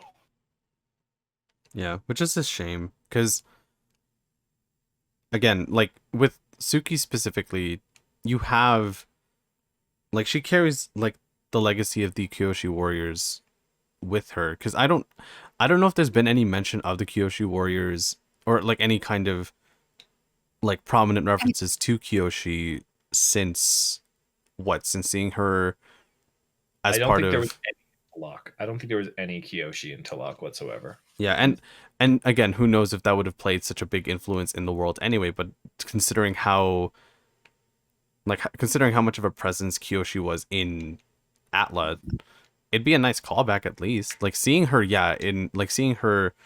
a couple times throughout the series was nice and all, and maybe framing it as nothing more than that was fine, but just, like, me personally, as a fan of the, like, Kyoshi Warriors side story, it was really, it's just a nice way of, like, filling in the world, right? Which, again, talking on world building, but if I'm talking about legacy, I do wish we would have seen more of that, right? Because, again, Toph's legacy and Aang's legacy, fully explored, super interesting, detailed generational conflicts. Like, all of Toph's grandkids have their own little personalities, and they're barely on screen. I like the emo artist guy, personally. God, what a cliche he was. Yeah, just my thoughts on, like, supporting cast. The idea of members that relate to the original gang are still around. Very cool. I love Tenzin, I will be honest. Grumpy old man Tenzin, but when his kids or Korra's in danger, God, he can fuck shit up. That kind of, like, brings us nicely into talking about season 3 then, because that's when I know that's when Tenzin gets his big like holy fuck, he's a badass moment, because that's when is that what happens? So when is what happens? I don't know exactly which one you're referring to. I'm assuming I think it's yeah, like, it's when I think one of Tenzin's kids is taken, and then he has to... Is it that? I think so, but now I'm misremembering. I think he's in one of the old air temples with the new airbenders, and Zaheer attacks them and tries to kidnap them, and I think he goes balls to the wall. Oh, I think that's maybe the one. Yeah, that's what I'm talking about. Sorry for the confusion, but yeah, that's the one that I'm talking about. When I saw clips of that, that was sick. Yeah, Tenzin's great. I didn't like the youngest son, Milo. That was just unnecessary. No one likes Milo. I thought he was fine until he started farting. That's all he does. That's his entire character. Oh. Yeah, just the little shithead, yeah. And I know it's out of character for me to not like fart joke, but man, those are some bad fart jokes. And that's a low bar. That's a low bar, and they didn't meet it.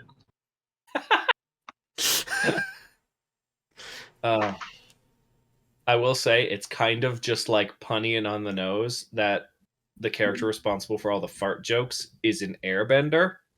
Oh yeah, yeah, fart bending. But like, god damn. Doesn't he like fart on people to attack them? He's like Wario. He does fart bending. Yes. Literally, yes. That's literally, he really invented fart bending. Oh my god. Yeah, we're not talking about like the next advent of bending here. Fuck metal bending. Bro, the earthbenders, they got metal bending, they got lava bending, water benders, they got blood bending. the firebenders, they got lightning bending, and the airbenders, they got fart bending. Kind of short end of the stick there, to be honest. Yeah, earthbending and firebending are pretty lame in comparison. Mm-hmm.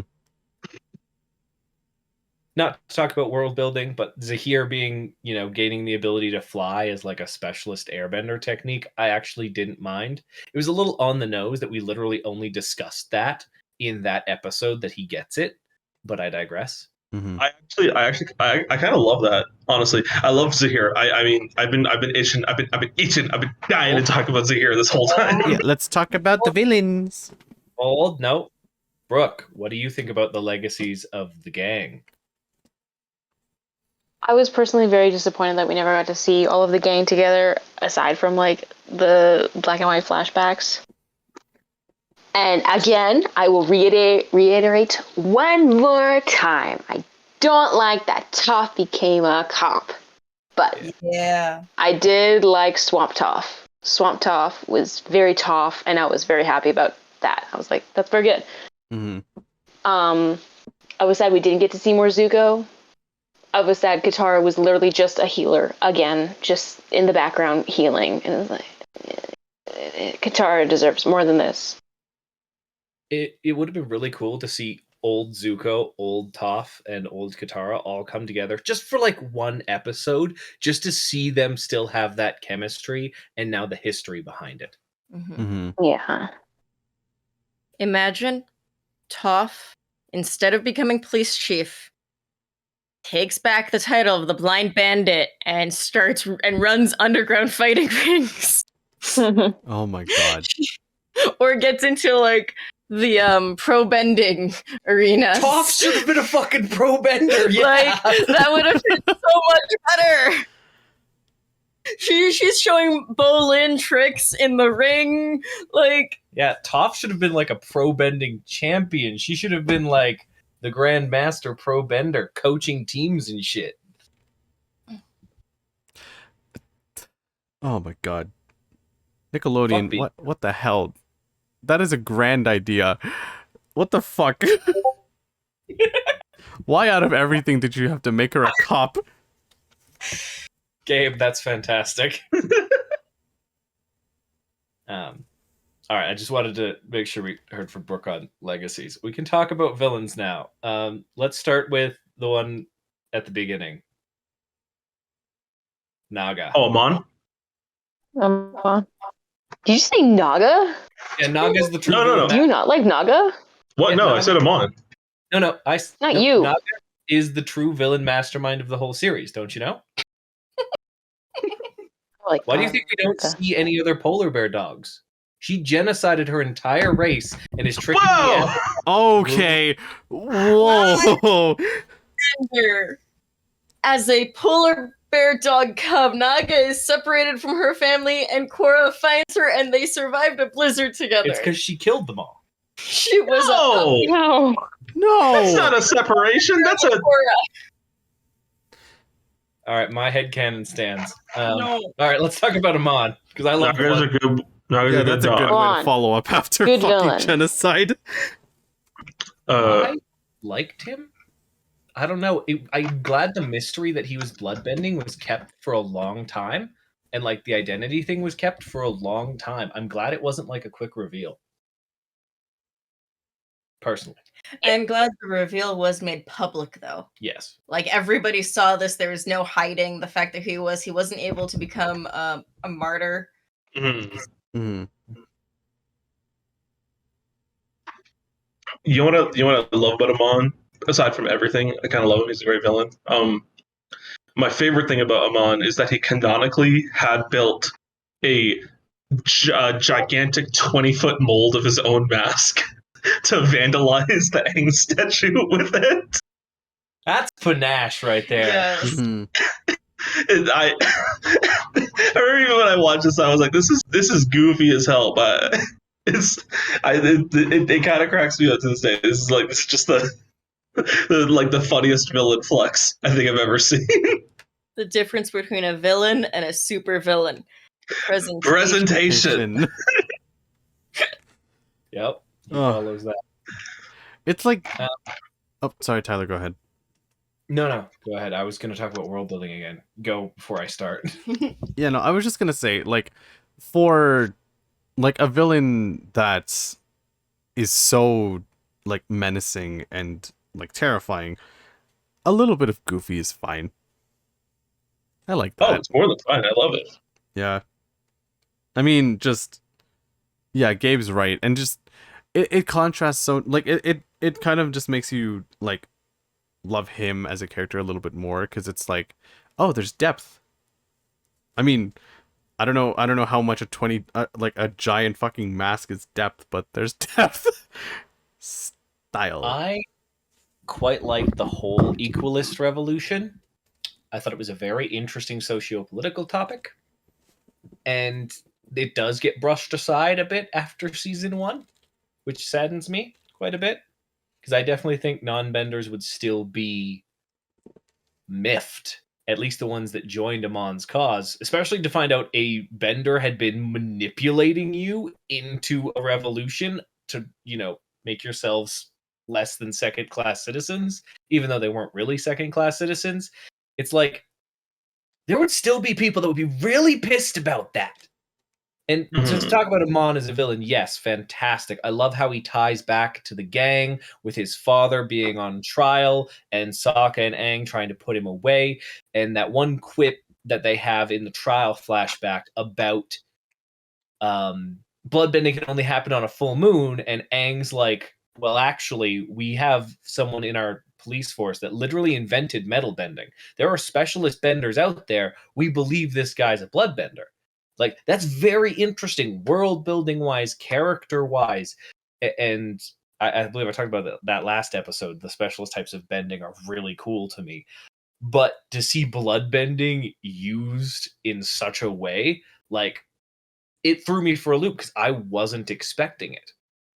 And in a show where you've got powers based on the 4 elements that have very set rules, I loved Amon for what he did with those rules and how he literally bent them. Ah, nice. Also, Steve Bloom, never a bad thing. That guy fucking kills it in Korra as Amon. He's fucking intimidating. He's got that. I don't know. He's got that great. He's just got such great grit to his voice. I love it. Yeah, the design of Amon's design too is just sick as hell. It's very much like, well, I mean, I feel like most of my comments just kind of go back to what was said earlier about the whole presentation thing, but like, yeah, it is such like, the mask is iconic, and that's what helps revolutions. It's more than just a person, right? No, he's good iconography and definitely got that there. Everyone loves a solid mask. From Star Wars to Greek tragedy, everyone loves a good looking mask. And Amon's is pretty good. What was his actual name? I can't fucking remember now. Noah Talk? Yeah, I think that's right. Because I remember Tarlok. Also, speaking of Tarlok is also a great sub-villain in that series. In season 1. I quite like the dynamic of the brothers. And I do actually like that ending. It's a little unsatisfying, but it was just gritty, and it made sense to me that his brother finished him off like that. Mm-hmm. Especially after, getting his bending taken away by his brother.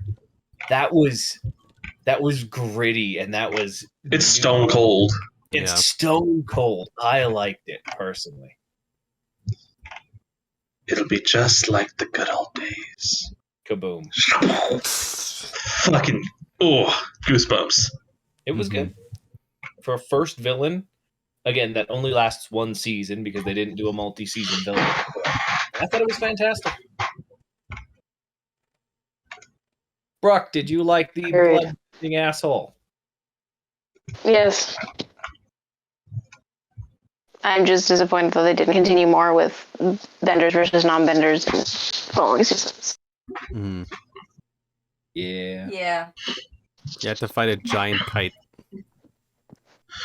It must suck to be like a not. It must like post Amon. I really like how Tarlok is like, because I like how Amon, he's very like the Eagles movement. They're very political, but I like how then Tarlok becomes like this like real world fascist where he's just like arresting any non-bender, and he's just like he's imposing this.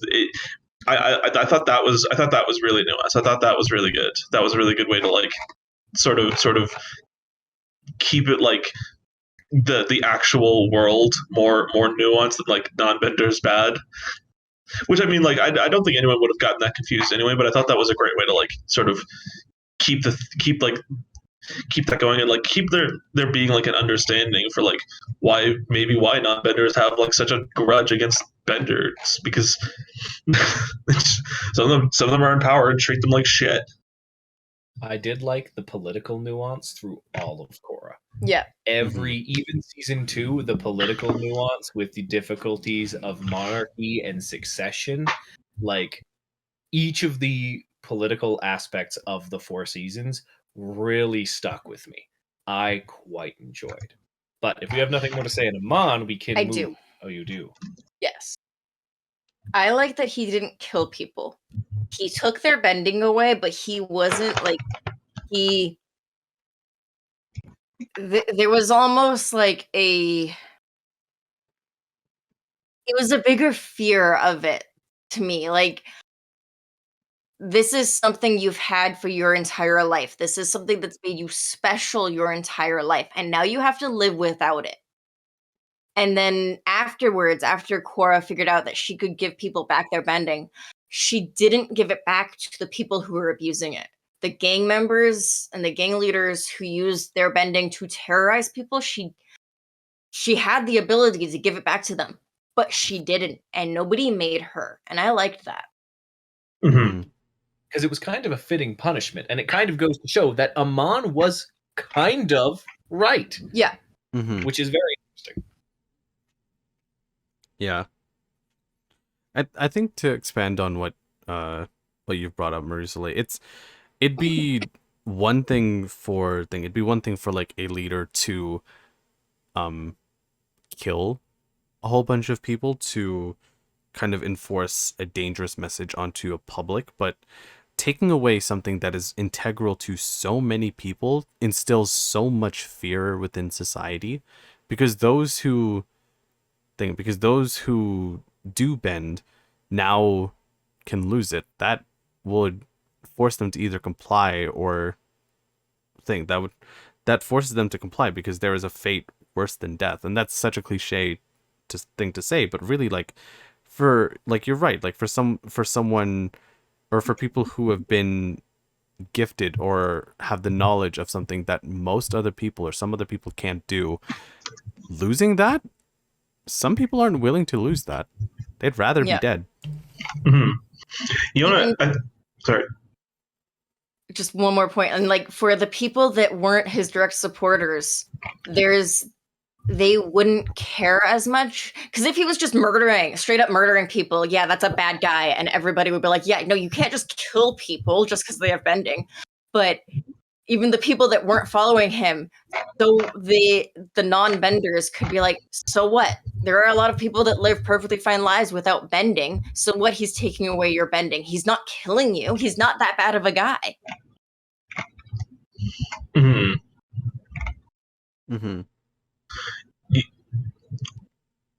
what I was gonna say is, you know what, I think this is something I talked about in the comics episode as well. Is how like sometimes like age restriction like mandates can sometimes lead to like really creative and interesting like storytelling maneuvers, because like obviously this is a family network show. We can't have this revolutionary guy going around murdering benders. So, and I obviously don't know if this was like the creative sequence of like the process. Maybe that started out as like he takes away bending, but I think it's super interesting that they took like the last thing that happened in Last Airbender before the start of Korra, like the very last thing that happened in that series, and they made that the first big bad's power. I thought that's creative as fuck. And like way to flip shit on its head. I think if we're going to like go off of that, because that is a really good point, Gabe, like with from what I know about Zaheer, who many people kind of agree is like a really awesome villain, like the fact that he, like for a while the show pitched, or like ATLA was about Aang being the last airbender, and suddenly Zaheer being this thing, being a like an airbender that uses it not just for like mischief, but but like as I've kind of lost my train of thought. He's bad, and he uses air for bad. It's interesting to see just how like Korra plays, like, you know, the show plays off of what was established in previous thing. It changes the expectations that we know of the series. Like airbenders can be evil. There are like bending means a lot more to people than one thinks, and it's really it's really like cool to keep up with that, and just see just how far, like how much like the showrunners have learned from from Avatar, or from the first series. I'm really glad you segued this into Zaheer, because I've been Before, just one point before we move on. I don't think it was the ratings of the show that stopped them from killing people in the first season, because they straight up murked the queen of the Earth Kingdom. Like, oh, that is true. Yeah, that is true. He does do that. That scene's cold as fuck. That scene's insane. That scene, I couldn't believe my eyes. I still can't believe that shit. And like, I'd love to see it. Like, there's death in cartoons and stuff all the time, but like, that was horrifying. That's like you can see the blood, like the blood in her eye veins, like popping, bruh.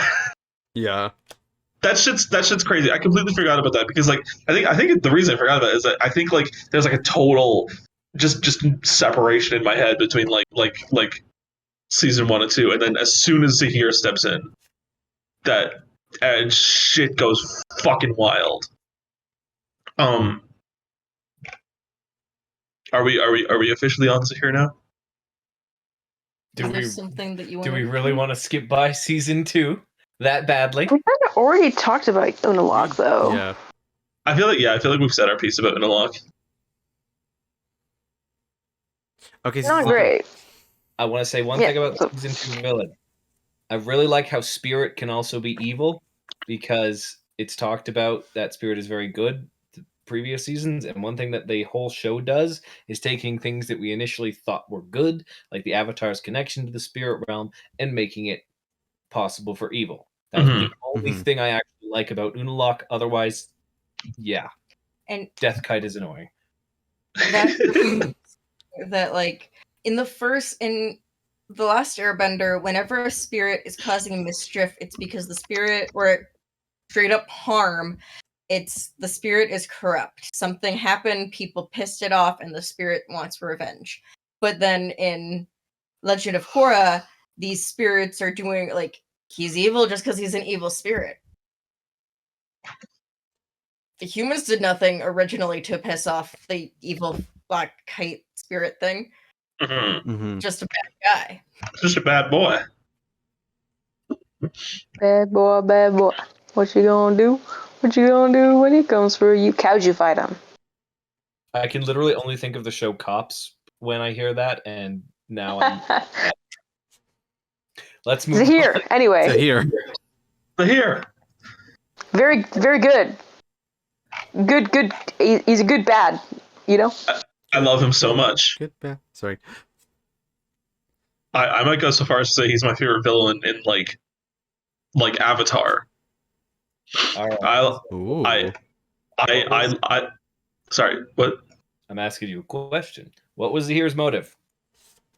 Zaheer's motive is that airbending is cool, and he's too smart for me to comprehend his motive. But I like that he's smart. He's smart and he's wise, and he's voiced by Henry Rollins, which was cool as fuck. And he looks like Henry Rollins, which is Teacher, pick me. Teacher. Brooke, you go. No, Teacher, pick me. His motive. Pick me. Teacher. Brooke, yes, please go. My hand is raised. Brooke, go. Raise your hand. Go. His motive was to get rid of the Avatar to bring peace and to dismantle the governments and the monarchies. Exactly. Which is why I don't support him about his airbending. That's a fantastically interesting motivation. It's established that like he's already in prison at the beginning of season 3, right? And then he eventually breaks out because he had this motivation before he was even a bender. He created a crew to do this thing. And I believe it was the reason that they had Korra secluded out into a fucking base somewhere, right? Was because he tried to get her when she was a kid. Now, as much as like philosophy-wise, we have to kill the Avatar to return the world to actual balance is moderately flawed, just a bit. But the anti-governmental stance, just taking that on as a side quest as well, really interesting. And his whole crew, the anti-Avatar squad, super interesting. Mm-hmm. They got a Sparky Boom girl. Yeah, Sparky Boom. Oh my god, and their relationship, and she's taller than him. Love to see that. Mm-hmm. Short King. Short King. What's your name, Piley? Plea. I made that mistake in the I made that mistake twice, I think, in the fucking Avatar episode. I want combustion bending to be used more. Yeah. You're right. I fucking adore combustion bending. I love the two characters. Are there Sparky two characters? Boom Man. Sparky Boom Man and Julie something Lee. It's Plea. Julie. What the fuck? Combustion Bender. Oh my god. New What the canon. fuck? I don't remember that episode of Bossing. I don't remember that episode of season 2. I made that mistake too. I think I called her something goofy. I don't even. I can't even remember what I called her. I know I called her something. I called her something goofy. But I love. I was watching. I can't take credit for what I'm about to say, but because I saw it in a video I was watching earlier. But like, I love how dedicated. I love how like they take the idea of, because I think what I like how Amon has like a twist on the taking away people's powers, because he does it through bloodbending, and I like how there's like an evil spirit. But I like how with Zaheer, I think it's super interesting how like he's a villain and he's a bad guy, but he's so like rigorously dedicated to like the philosophies of airbending before he becomes an airbender, which is also just very interesting all on its own. That he becomes an airbender far exceeding possibly even Aang. I don't know. I'm not good at power scaling stuff. I've never been good at power scaling. That's a whole mess to me. But like, dude fucking flies. Dude flies on his own, no wind gusting or nothing. He's just floating. He's a floater. Only after Plea dies, though. Yeah, that's true. Also, that's like his motive. He needs to detach himself from the world. Yeah. if we're talking about like, because like someone had mentioned the Earth Queen. If we're talking about like characters dying, please blowing your own fucking head off. That was wild. That's insane. That was crazy. Might I say though, super smart metal bending technique when faced with a combustion shot like that though. Like the fucking was it Beifong that did it? I can't remember. It was her sister, yeah. Sue seeing that power and being like, I know how to deal with this. Wraps her head in metal. Firstly, God, is that a smart move on Sue's part? But secondly, holy fuck, that's metal, literally. I love that it's her armor too. And like the waterbender in that group, she had no arms, right? Am I remembering this correctly? Yeah. Yes, no arms. She's not touched on too much, but like his whole group as the reverse avatar group is super interesting and unique. Like Zaheer has such a good complementing group to go along with them, and I almost want to see them do things when Zaheer had no powers. Maybe a comic, yeah. Minghua? Minghua. Minghua. That's the waterbender. Just because, like, yes, Zaheer having airbending and using it for evil is cool, but I think seeing him overcome benders without using bending would also be pretty cool. Mm-hmm. I think that's just the inherent intrigue with like groups, with like villain groups, because each of them are like in their own way like interesting, and it would just be it has to be its own thing, yeah, just if you're going to focus on each of them individually, because it kind of just deserves its own season at that point. Like outside of the main story, it would just need its own season of just that group, because after finding out about just that group, it's like, holy fuck, that's so cool. Let's talk about more shit with Henry Rollins. I'd pay to see that. Let's talk about what he did to Korra though. At the that killing her in the Avatar state to stop the cycle using fucking mercury to poison her. Yeah. Vicious, but perfectly in line with character and makes sense in canon to a lot of extent. The idea that you have to kill the Avatar in the Avatar state to end the cycle. Very smart way to go about it. It's also interesting to consider, like, from what I understand, the reason why he was originally arrested was because he and his group tried to kidnap Korra, which is why she was being protected. And their initial motivation wasn't to kill her. They were going to train her and indoctrinate her into the Red Lotus and have her release the evil kite spirit dude. Because Unalaq was also a member of the Red Lotus. But then when that didn't work out and they break out later on, they just decided, let's just kill her and end the cycle. Unalaq failed with the whole dark spirit thing, so let's just do this. Maybe this will work. Maybe this will work. Just to hear, like, the group was like, man, I heard about this plot to kill the Avatar. Just that didn't work a few months ago, or however many timelines ago. I'm gonna fucking do it myself. This is the Red. I know this isn't discussed too much, like in show, but if anyone knows any inklings, does the Red Lotus exist outside of Zaheer and his group? Were they like a combatant to the White Lotus earlier on in history in the comics or something? Because I obviously haven't read any media outside of the actual shows. Because I think that'd be a super interesting concept, is a secret organization war between the Red Lotus and White Lotus going back hundreds of years in cycles. But if nobody else knows anything, I've got the Wikipedia page pulled up. But if somebody else has knowledge from like actually reading the comics or something, you can share that first. That, unfortunately, I don't.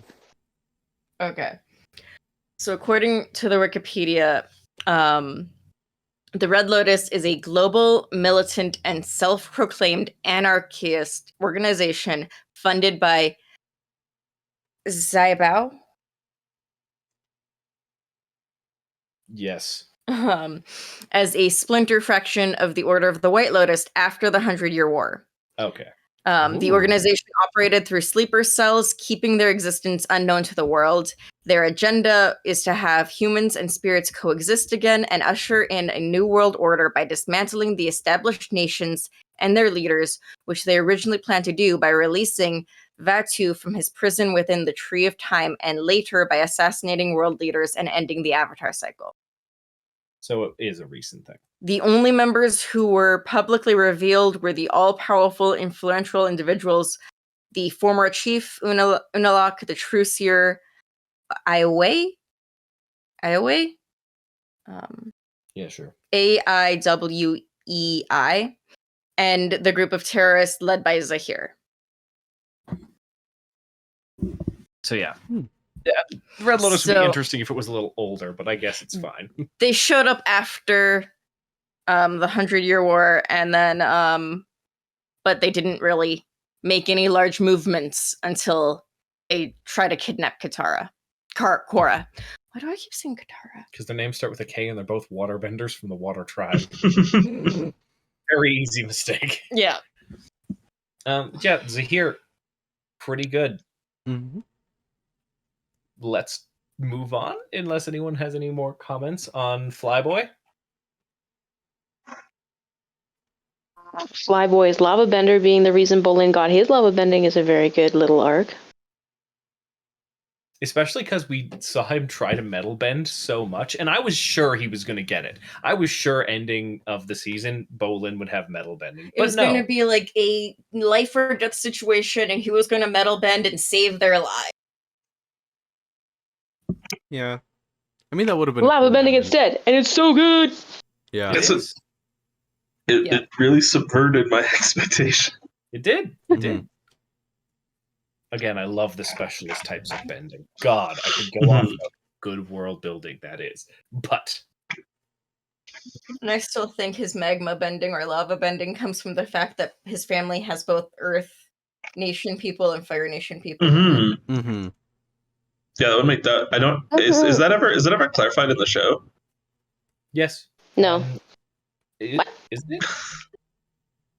It's never specified that the branches of specialist bending come from that, because then you'd assume that fire bending and air bending is what creates combustion bending, but then we shouldn't have had Sparky Boom Boom because all the airbenders were killed off.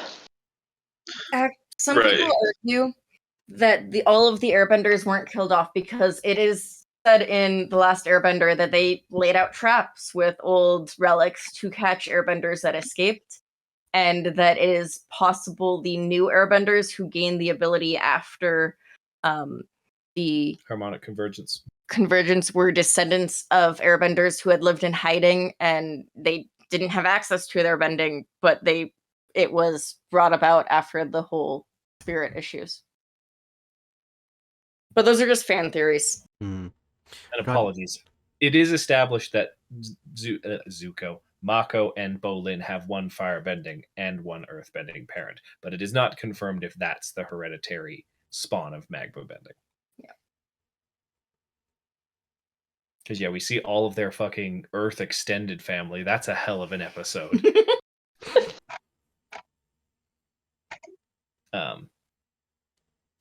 Anywho's. Love that whole specialist bender evil thing. Kuvira. Yeah. Gotta love Miss Dancer. Fascist dictatorships. I enjoyed her. I enjoyed every bit of it except the giant mech. I like the scene where the mech is revealed and that's it. After that, it definitely loses its luster, but I think the reveal of it is really cool. And then it gets lame very quick. I don't understand how they were able to build that mech and keep it hidden from Bolin and Zaheer and Julie, unless they built it at a different facility than the ones that these guys were working at, because they somehow managed to build it and attach the weapon to it within like a week or in complete secrecy. Yeah. That's a little bit of like narrative fiat there. It's like, we want this super weapon. We don't want anyone to know about it, so everyone's surprised. Yeah. Yeah. It is what it is. It exists. It's a thing. I actually quite like the fight against the giant mech. I think Korra and the airbenders and the metal benders all going at it on the ground using actual like tactics and strategy to knock it down a few pegs was really good. I really liked the fight against it and not going like full kaiju on its ass. But I just didn't like the fact there was a mech. I don't know. It's weird. It's like Marie-Soleil said. There's no way. There is no way no one realized this was happening. Yeah. Like, oh, sorry, Marie-Soleil, go. I was just gonna, like, if they had mentioned that, like, after the mech shows up, they were like, well, they did have another facility where they were building things, but we didn't realize it was something like this. We thought it was, like, other things, because they didn't bring us there, or something like that. Then it kind of made sense. Yeah. But there was nothing. Yeah. I think, like, what I was going to say is just, I think it just, oh, excuse me.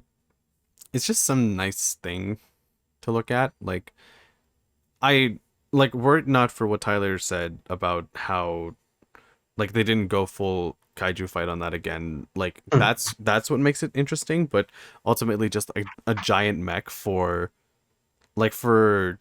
I think just for thing, I think maybe just because it was appealing to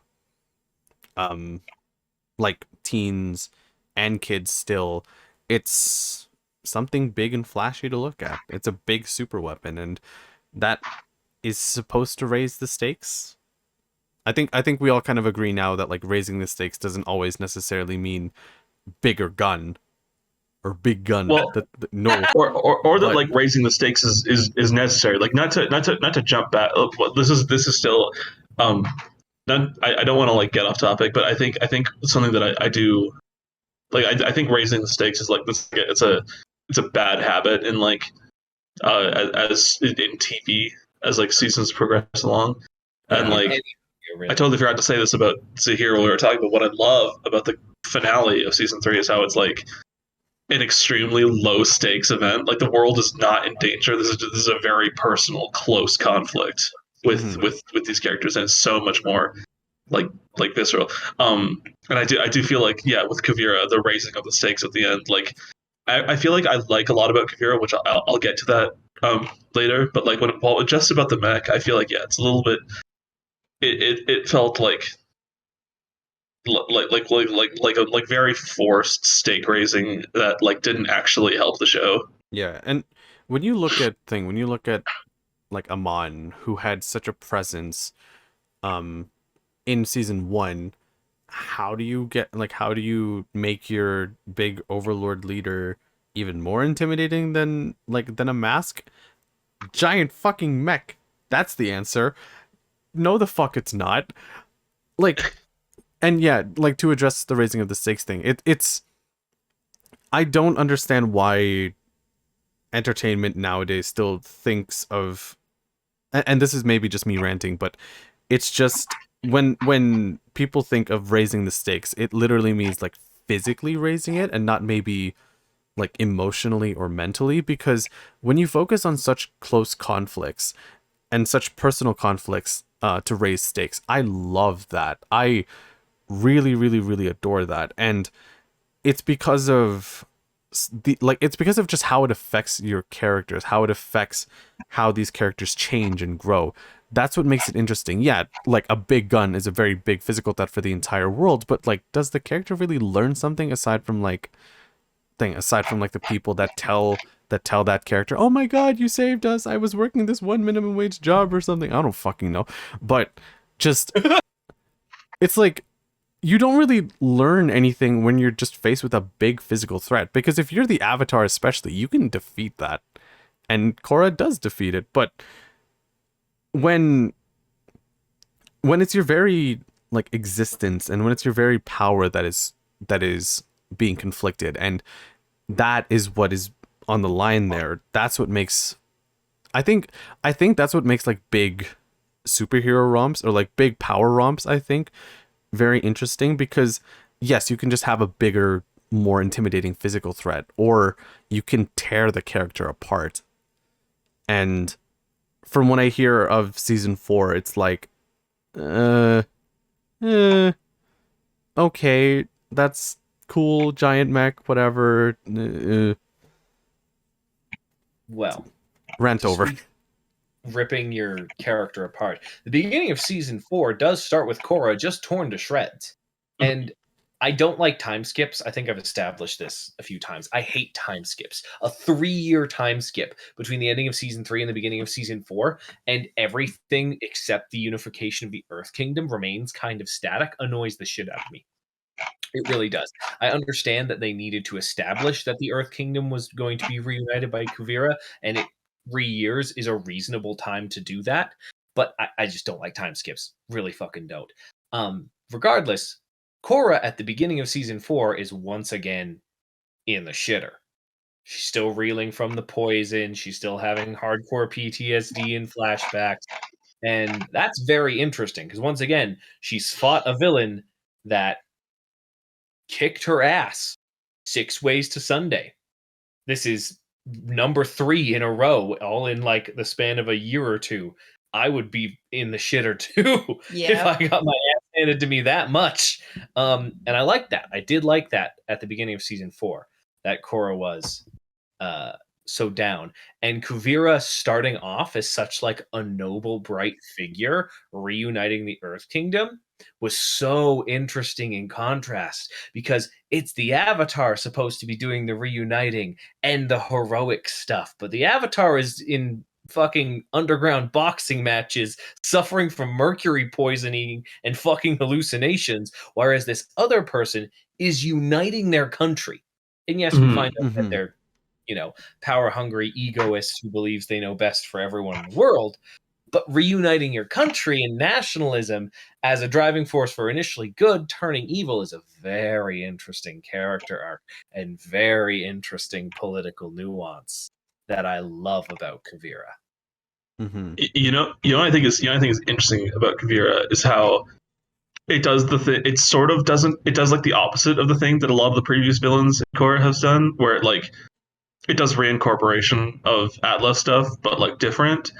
Where Kuvira has like these stark similarities to Ozai, and it's every time I feel like it can range from like obviously she's a dictator and like she wants to take over the world, but then like there's like, okay, I think my favorite scene with Kuvira, the scene that like sealed Kuvira as being like my second favorite Korra villain, was the flashback with her and Suyin where they're talking about stuff I don't remember, but like the thing that sticks out in my mind to me is how they're talking about the Earth King. They're talking about Zaofu or whatever it's called. Is that what it's called? The metal bending city?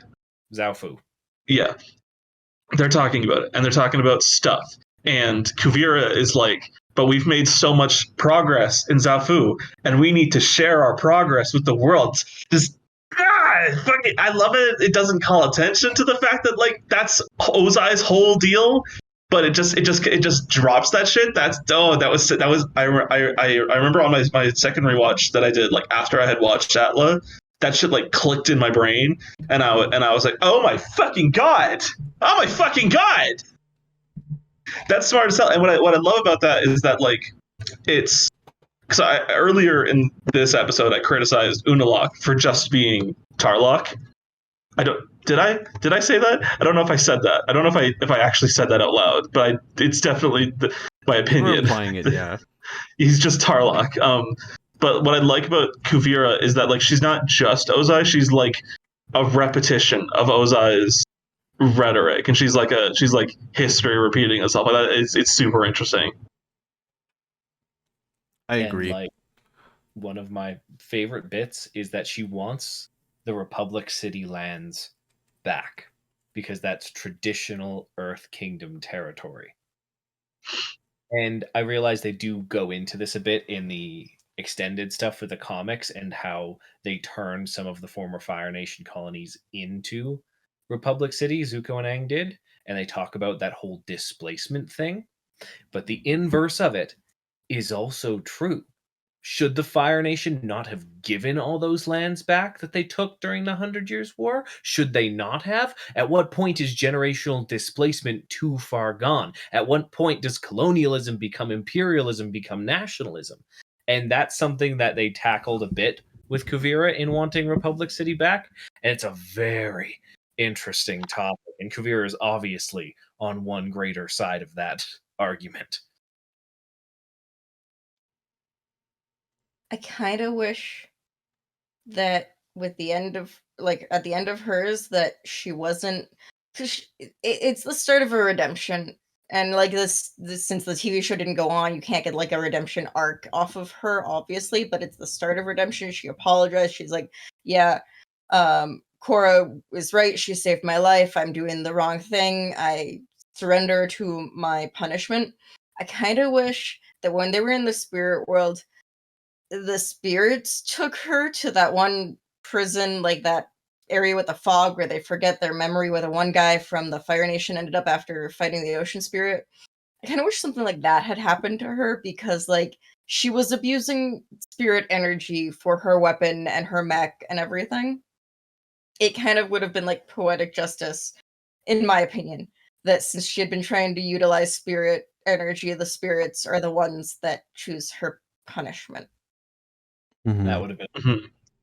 I agree. It's continuing, like it's just continuing her character in a way that doesn't really think that addresses like the fact that she was trying to just take everything back, but also just reconcile and learn from not just how wrong it is, obviously, but just like shed light on shed light on her character. That would have been so interesting, because that's what's interesting, or that's what's like really cool about redemption arcs. Like you get to find out not just how wrong this person was from the beginning, but like how it is they can learn and change and be better people. So yeah, it's a shame that they did that, like the plug was pulled on a season 5, because just where everyone goes from there, like maybe thing, like I am unsure of like maybe Team Avatar's thing, but I mean definitely like Asami and Korra, I would have loved to have seen like where their relationship goes. So I just realized we hadn't talked about Asami at all. Well, before we move on to that whole can of worms Nickelodeon canned, Brooke, opinions on Kuvira? That's an interesting character, and I understand like the motivation for her work and like the like section of power that was created because of Zaheer and how she filled that in a very convincing way too, in support by people, unless they were directly terrorized by her, like some of the towns. Otherwise, everyone just thought that she was doing a good thing. However, if Korra wasn't going through some shit, she would have been fucking pounded to dirt, like, instantaneously. So it was a bit of a disappointment after having Zaheer, who truly challenged Korra. And I'm sure could have challenged her even without his powers. Though I do think it's interesting that people in the fandom have brought up how similar they are, like in height and appearance, and what their fighting styles during their fight. That like Kuvira is the darkness that Korra is confronting at that time, so that brings up her points a little bit. They straight up have them mirror each other when they end up in the spirit world. Yeah. Like at first, Korra is looking into her own reflection, and then suddenly she's looking at what's her face? Kuvira. Oh, yeah.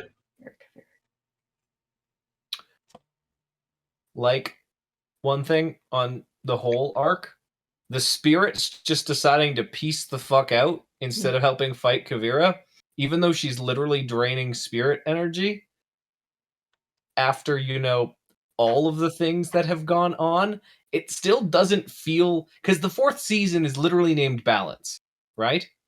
Whereas in ATLA, it was water, earth, fire. It's, air, spirit, balance. I don't remember all the titles. I'm looking up book 3 as well. I can't remember what book 3 was. Change. Change. Very interesting ephemeral topics. And I can see air, obviously, at the ending of season 1. I can see spirit at the ending of season 2. I can see change at the ending of season 3. I cannot see balance at the ending of season 4. Which, though it's very interesting, Kuvira is a neat villain and stuff like that, I wish the spirits would have played more of a role, because that's what she's supposed to be balancing, in my opinion. But I digress. Yeah. She's literally sucking spirit energy, and spirits are just like, nah, fam, it's good. Do we know what spirit energy is or what it does? Nah, the spirits are still here. Spirit juice. Fucking them up. It's just juice. It's tree juice. It's basically oil. It's oil. We did it. We got oil. We got it. We solved it, Nickelodeon. Fuck. That's what runs the curse in the future. Spirit juice. Fuck, the spirits are going to be pissed when they find out we're putting them in engines. I love that she's. Because I was talking to Henry Rollins and Steve Bloom earlier, and I was like, who the fuck was Kuvira? And I just looked it up. It's Robin Williams' daughter. I fucking love that. That's like. That's great. We wanted to discuss KorrAsami next, I believe. Yeah. Yeah. Yeah. I like it. The chemistry was there. I can see it. But the fact that there wasn't enough of it in TLOK, just... Looking at you, Nickelodeon. Yeah. I'd been I had always been interested in seeing TLOK after hearing of its thing, after hearing of KorrAsami, because that's awesome. I was unfamiliar with stories that were, or shows that had that much queer rep at the time, and to hear about just how how much potential it could have had, and what the original plans were for that ending sequence in the first place, but Nickelodeon chickened out. Ew. Yeah. See, and that's my problem, is there's not much to say. It was there. It would have been great. They didn't do it. I'm pissed. I haven't read any of the extendeds yet, still wanting to eventually, and I'm hoping they do a bit better job. It's explicitly stated in the comics. They don't dance around it. That or any of the other queer characters that the writers had in mind. But yeah, shit job, Nickelodeon. Mm-hmm. How much is it, if I may ask, how much is it that they develop as not even potential relationship candidates yet, but just as partners throughout the series? Is it a very strong and prominent friendship, or is it just kind of something that was maybe done for a couple seasons, burned out a little bit, and then... I'll give one moment that really pinned it home for me. During the 3-year time skip, Korra was writing Asami. She wasn't writing either of the guys. They were sending letters. And she specifically told Asami, don't tell the guys I'm sending you letters. So, Mm-hmm. Sorry, they were best friends in a historical sense, the letters they were sending. They were roommates. Yeah, they were just historical gal pals. They were just two girls being homies. Girls being, good friend. Good. So yes, the chemistry was there. It was there from the initial season 1, and the two of them dealing with their emotions around Mako is usually handled very maturely. Mm-hmm. Mm-hmm. But C'est la vie. Brooke, any thoughts on KorrAsami? I thought it developed really well. I don't love the love triangle situation that got them started, but it also kind of makes me happy that Mako didn't get either girl and the girls ended up together. Yes. Mhm. I love that Mako was like the interest and he's the only one at the end that doesn't really have anyone. More than okay with that too. Yeah. Mhm. I hate Yeah. gotta pair your spares mentality. I don't even like that Bolin got a pairing. That's just like you gotta pair your spares. But the fact that Mako didn't, very good. Yeah. Opal was cute though. Opal didn't take no shit from Bolin. Yeah. It's a nice way of like subverting an expectation for love triangles, because it's usually like, you know, as we've kind of discussed, a love V. Like there is usually a, well, you know, as a lot of YA at the time and like love stories like to say, is just there's always like a central woman at the center, and then there's always two men fighting over her, and she usually ends up with one of those two men, and in some cases they just write in a completely another character to make the thing even more convoluted. But anyway, just changing the two men, or changing the central like changing the woman, Changing the focus to a man and having the outliers be women, and the man in the center not even being the main character as well. Thank you, Tyler. Thank you so much. You're Yeah, welcome. like that's a nice way of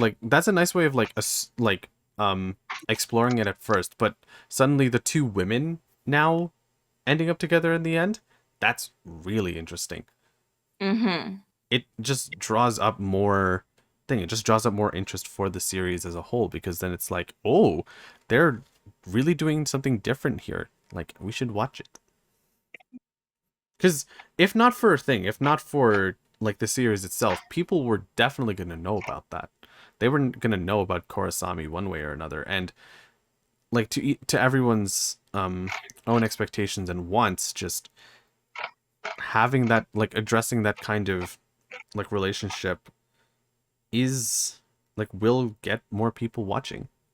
Mm-hmm. And the more if, you know, if Nickelodeon didn't cower it out, then fuck knows how fantastic, like, or how big, how, oh my god, I'm losing my train of thought, I'm sorry. Just it would have been a very impactful like series finale for now, unless they expanded it more into the future. But just, yeah.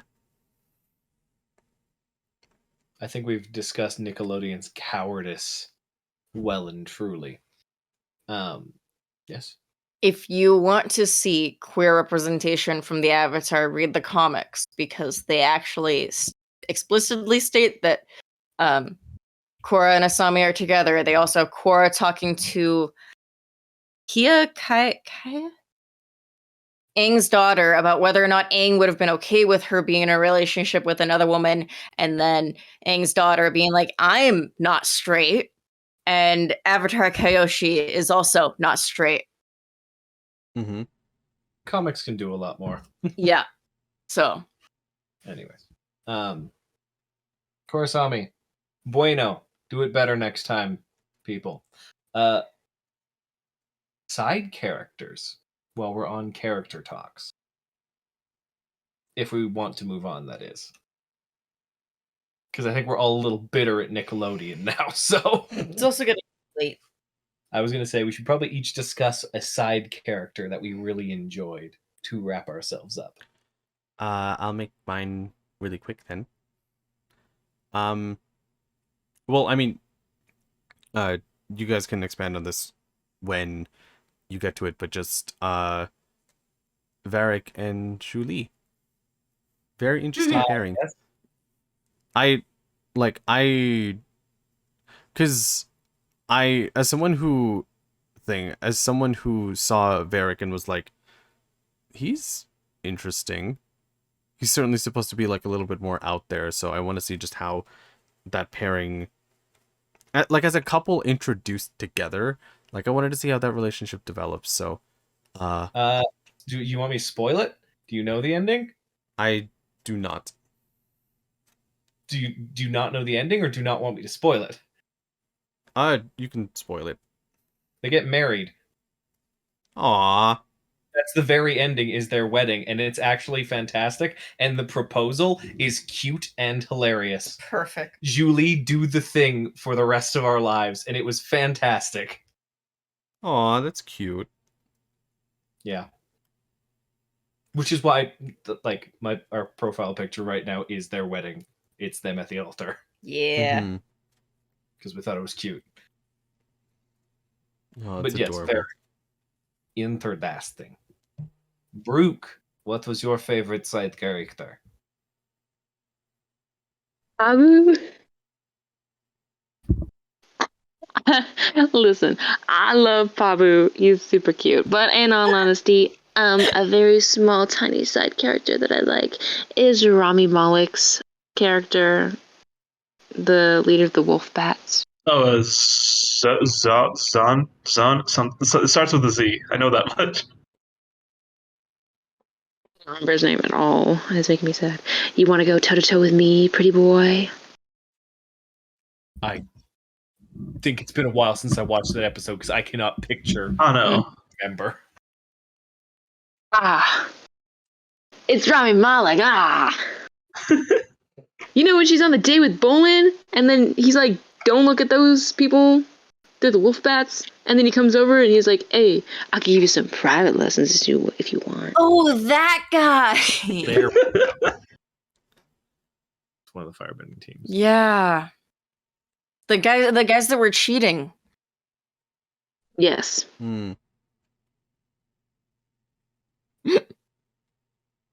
There we go. Okay, now I remember. Nice.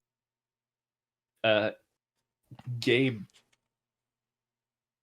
Kind of at a loss. I don't know. Yeah, I feel like, okay, obviously my brain immediately goes to Varric because I think Varric is fucking hysterical, and I love John Michael Higgins with all of my heart. But I have a slight suspicion. Me as an empath can tell that you two want to talk about Varric and Julie, so I'm gonna not. Actually, not at all. Not at all. Not at all. Neither of us are going to talk about them. So you're all wrong, actually. Oh wow! What? Wow! Talk about a subversion of expectation.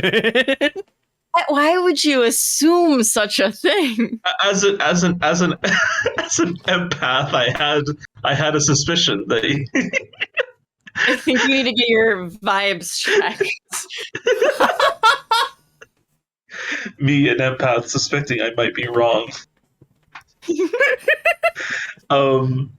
I don't really have a lot of in-depth thoughts on Varric. I think, what I like about Varric is that he comes. I think he's another glowing, shining star in season 2. I'll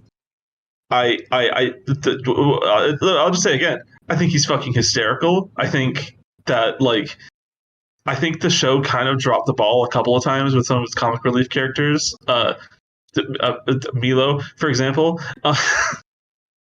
Who's Milo? And Milo is the fart boy. Oh, that's his name, right? I can't. The fart boy, the fart bender. Oh God, I'm so sorry. I feel like he's not really funny, and the new Earthbender King, he's not really that funny. But then Varric is a fucking riot. Every time he comes on screen, he has so much charisma. He is just bouncing with energy. He's just cracking off winner dialogue every single time. But then he's also sort of like an actual plot relevant character, and kind of kind of a bad. It's weird because he's kind of a bad guy, but he kind of nefarious means. Yeah, and he's like a wacky boy, but then he's also like a schemer, and he's doing shit behind the scenes, and he's fucking with stuff. It's great. It's such a, and you know what it is. It's a clever I feel like I've used this word a lot in this episode, but it's a subversion. But it's because you see this. I feel like if they had actually nailed the comedy, it would have been super obvious that like, oh, this character who just came out of nowhere while shit is like going weird. Oh, I wonder if this is a bad guy. But you just watch so and you're like, oh, this guy's fucking hilarious. I want to see more of this guy. And I was like, what? He's a bad guy? What? It's crazy. I love it. Mm-hmm. I love his whole role in the show. I love how he does the Manhattan Project in season 4. Yeah. Yeah. And I love how that's when he has like a crisis of faith. Mm-hmm. Too. I mean, sorry. Yeah. No, I was just saying, good. Yeah, great character. He's got the drip. He's hilarious. I will die for John Michael Higgins. Yeah, just when characters don't have, like when some characters don't have, like big flashy powers or, a lot of kind of like world-stopping things. I love watching villains, or I like mischievous villains or like villains that have to rely on their brains more than their brawn, because it's always that classic, like, you know, for someone who with seemingly nothing, what can they do?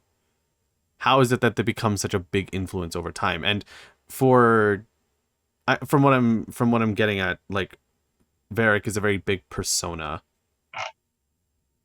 Like, he's hilarious. He's hilarious, but also really smart, and that's cool. Like, that's a nice contrast between like the really intimidating Amon and then the like the really good villain that is Zaheer. So just Varric as a presence and as a person to not forget. That's really nice that like they've fleshed him out that much. Yeah, he seems like he's going to be a throwaway character. And it turns out, nope, he's important. 3 seasons going. In some capacity. Especially his and Asami's like pseudo rivalry partnership, I find kind of interesting. As you know, 2 big heads of company. But yeah, we aren't going to talk about Varric and Julie at all, actually. No. We just watched their wedding recently, and we're like, that's cute. We're going to name ourselves that. So we did. Oh, okay. It's finally a name that has both of representation for the both of us in it. Yeah. Or are you going underrepresented? Is that what I'm hearing in my naming conventions? I mean, adding on to that, Marie-Soleil, Julie, I'm sorry. Tyler, I'm sorry. It's just the one. I'm sorry. Okay. I don't know where I was going with that. I knew you were going with that. I got it. Thank you. What? I didn't. It was stupid. Okay.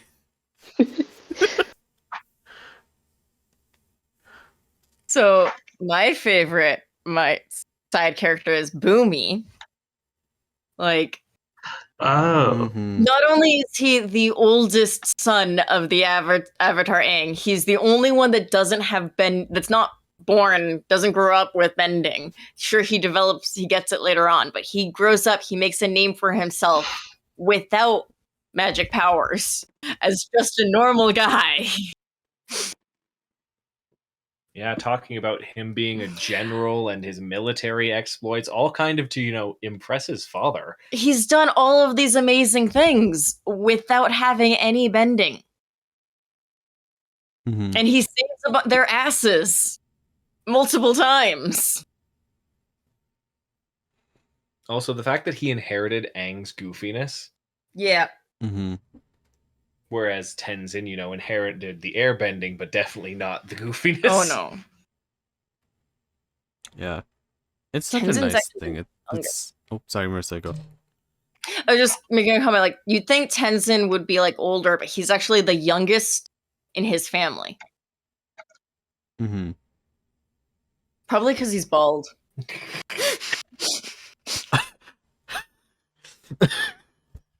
He's bald. Their sister already has gray hair.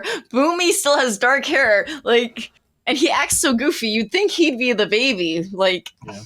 but no, he's the oldest. No, and Boomy's connection to like the spirit and when he gets his bending powers is like it's almost cathartic. Yeah. When you see without his powers initially. Also, to be named after King Boomy. Oh my fucking god. God, what a wild namesake to have. Oh, yeah.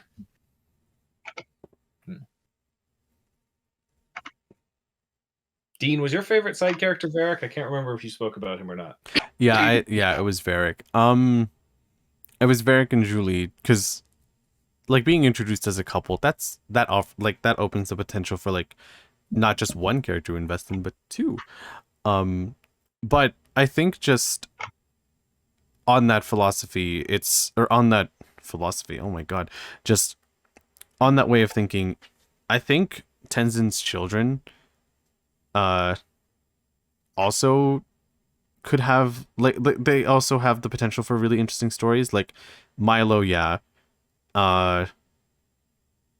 the other one like Jinora or something? Jinora's the oldest, right? Milo, Jinora, and who's the middle one? I can't remember all the kids' names. Anyways. Yeah, so Milo, Jinora, and the middle child. Wow, that sounds really mean. That sounds really fucking mean. I'm so sorry. We need her name. Yeah, please. No. Oh my god. Oh my god. There's also a fourth child. It's Iki. Iki.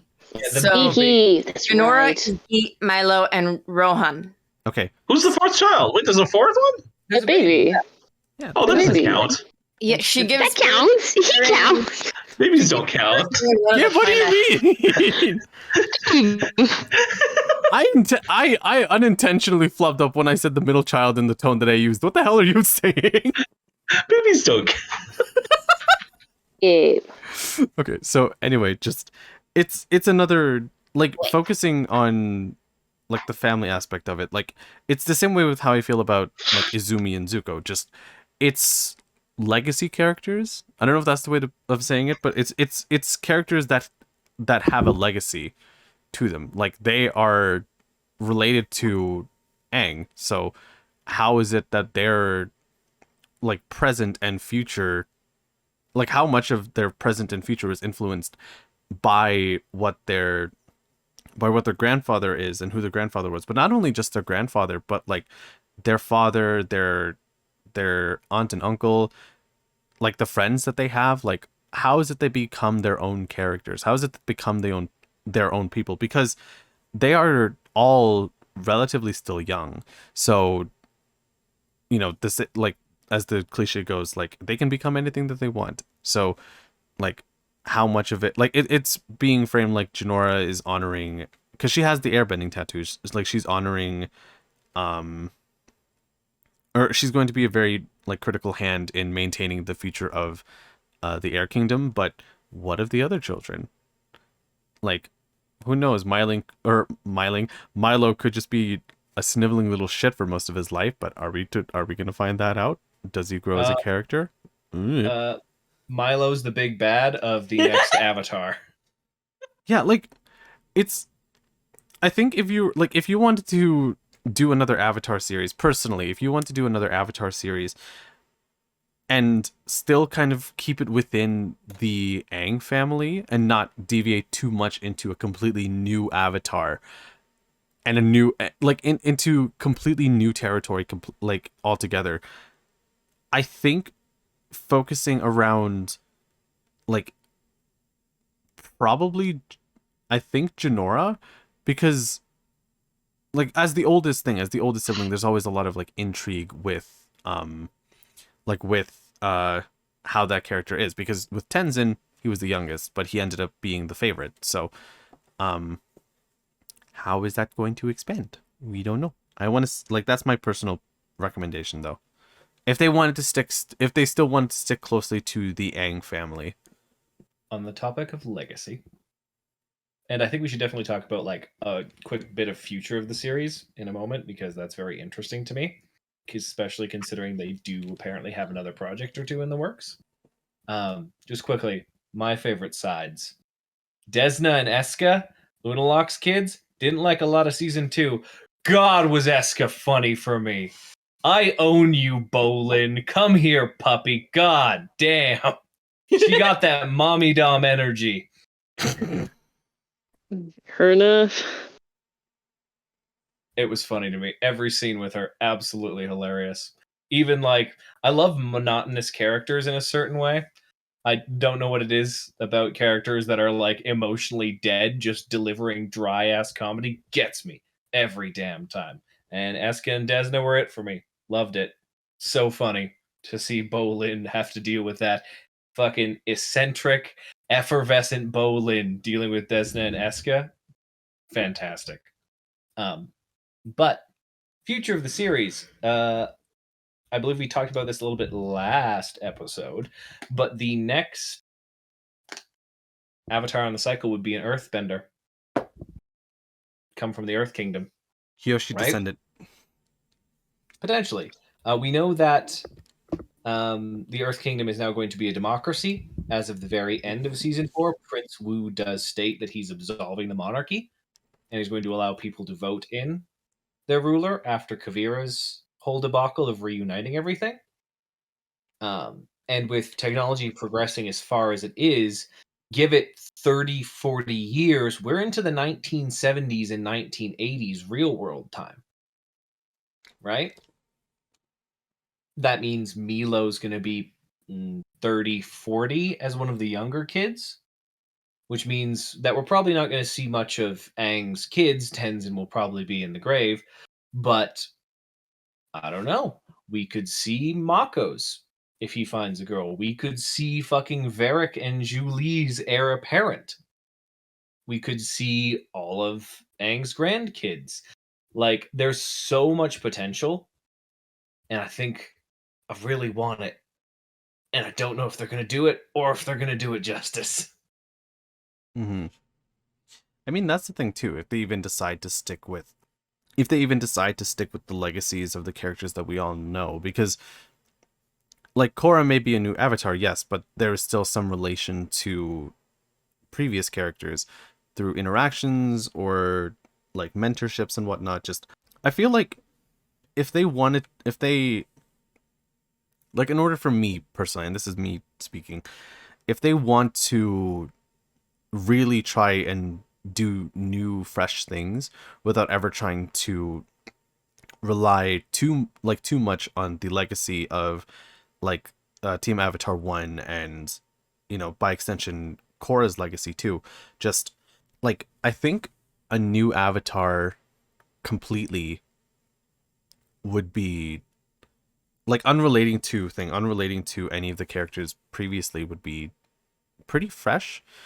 It'd just be a good way of introducing a completely new legacy and not just a completely new character. Does that make any sense? Because after like the separation between, or like after, I think it was like, it's, correct me if I'm wrong, but it's in the events of season 2 where Korra gets separated from the Avatar line, right?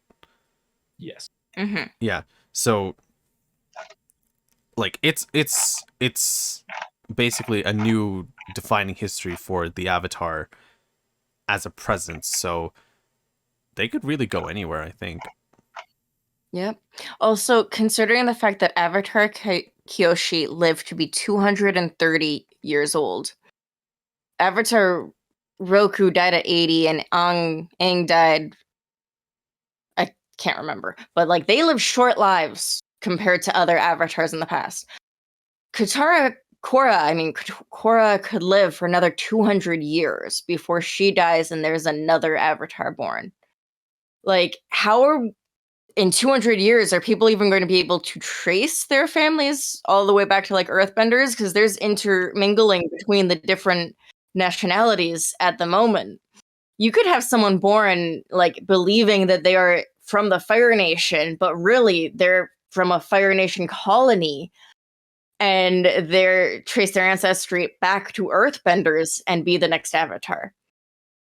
Yeah, that's true. The intermingling lines would be really interesting to go with, because if the Avatar is genealogically switching between the different nations, what happens when the nations are mixing? Yeah. Mm-hmm. It And I also mean, lends such to- is such is like the future that like the Avatar, like the world of Avatar is kind of set up for itself. Like technology is advancing, societies are intermingling. Like the world, like nations are all just slowly becoming one. So there's no need, like, yeah, I agree. Just where does the Avatar as a thing, like, where does the Avatar go? Because it's because society clearly is moving faster than it was thing. Because like as a society, like that changes over time. And after 70 years, just after 70 years, when Aang was brought back into the world, just there was so much advancement already. Yeah. And considering considering what Tyler said and how within the next Avatar cycle, potentially it could be within, like in our time, the 70s, there could be loads of potential there, because it could be the thing. It could be that if Korra is still alive by then, like what exactly is it as an Avatar could she be doing? Because like would she be maintaining that independence and strength that she has? Like is she still talking to, like is she still, you know, friends with and like intimate with like Asami and stuff, or is it just a whole new cast of characters? Like we're getting a new Avatar, she has to be dead. Yeah. Yeah. Right? I think, yeah, maybe that's we could see her die. And that'd be a really fun twist. But anyways, someone finally gets to kill the Avatar after that long. Damn. I did just have a strange and worrying thought. So, like, let's say we push it, and Korra lives for quite a while. Let's give her 80. That pushes us almost to 2000. What are most teenagers and, you know, children doing at that time? They're going to school. Are we going to get an Avatar Earthbender that does the whole, oh, I'm a 16-year-old in high school arc, but I also am the Avatar on the side? Is that what they're going to push? Because I'm going to die if that's what happens. That would suck. Oh my god, someone's Avatar High School AU is finally going to come to life. I'm going to, Avatar Aang's Centennial High School in Republic City. Little do all my friends know, I'm actually the Avatar in disguise, puts on mask, goes and does hero shit. God, I want to die. Why did I think this through? Well, obviously I don't want Tyler to die, but I kind of want to see that. You know what I want to see? I want to see the people who used to live in downtown Republic City coming back and like, yeah, the mayor's planning on expanding the town outside. They're not going to rebuild the inside of it, but them just like squatting in one of these buildings, living side by side with spirits and everything. Because you know people are going to do it. You know, there's going to be people just squatting in these ruins with all of the spirit vines and the spirits like bouncing through it. I think that'd be cool. Yeah, just maybe like I don't know if fuck, I lost my train of thought. Just maybe in the next series, like building on more of the world building, because like for a good long while, all of us were talking about just how much the world has progressed since since the first series. So like in the future, or in this future series where technology would advance like way beyond more than we saw already in Korra, then just what is it? Like, what is the future of bending at that point? Mm-hmm. Like, is it even like would it even still be relevant as like as a technique or as a part of like someone's daily life? Like, is it something that people are prosecuted for? Here's what happens. Someone tries to assassinate Korra again and again and again. Asami gets pissed off, invents guns, and benders are no longer a problem. Oh, Metal. Oh wow. It's moving way too fast. Do you think a metal bender could see that? Top, stop it. Top, could you- stop it. could you imagine though, like metal bending bullets? That shit would look insane. Well, hey, my so God. we had a young Avatar Aang for, tweens and whatnot. We had a young adult Korra. What if we have an adult Avatar for number 3? Go full on mature audience with it. Just saying, I'd eat that one up personally. Oh yeah, like Yeah. put it straight to like Adult Swim or something, like TV 18 Avatar. I'd watch that shit. I would so watch Actually doing the Avatar duties and being this You said duty. person instead of like saving the world. Like just average Avatar duties instead of saving the world before you actually know who you are. Yeah, like, let's go full Avatar. No power creep, no learning new abilities or anything like that. Just dealing with interesting villains and hardcore moral complexity. I dig that personally. But that. run on quite long. Yep. Yeah. We should start wrapping up. Is there any final thoughts from anybody before we start closing off? TLOK gets too much hate. Agreed. Mhm. Yep. Yeah. Yeah. Wanted is the third Avatar. They're all just earthbenders bending bullets. I want to see a family that has 4 benders in it, one from each different element. You, as your sister sets the drapes on fire, your brother bends water to put it out. You build an earth table every meal, you put it away at the end. Your brother.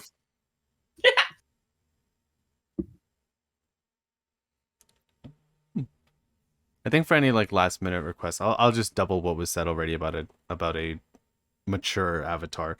Yeah, just it doesn't even have to be late into their later into their life too. Just like when they're 25, or when they're thing, or when like if you're gonna still focus on Korra for a little while, then focus on when she's what 25 to 35.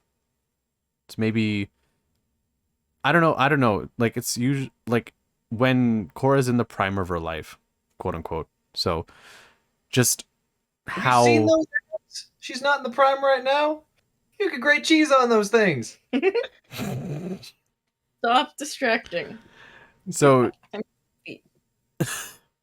yeah, so just like I don't know, just they always like Avatar at its heart has always been an expansion, or like has always been for children, and it's always been for those younger to give everyone a sense of wonder, but there is still plenty for adults to like look into and see, and like they don't necessarily need to change that. Like you can still have a lot of whimsical fun and kind-heartedness or lightheartedness like when you can, but just I think with Avatar as a series essentially growing up now with us, like it'd be nice to see just how interesting they can make the medium, because if we all loved and enjoyed Avatar as a kid, if we all loved and enjoyed The Legend of Korra as teenagers, and if we as young adults are able to look back on it now and find the things that were meant for us, like that were meant for us to enjoy then and now, like I'd like to see how I'd like to see how that changes now that we're adults, now that we're in another point in our life, and how we consume stories differently, especially for such a beloved franchise like Avatar. It may not work, maybe not initially.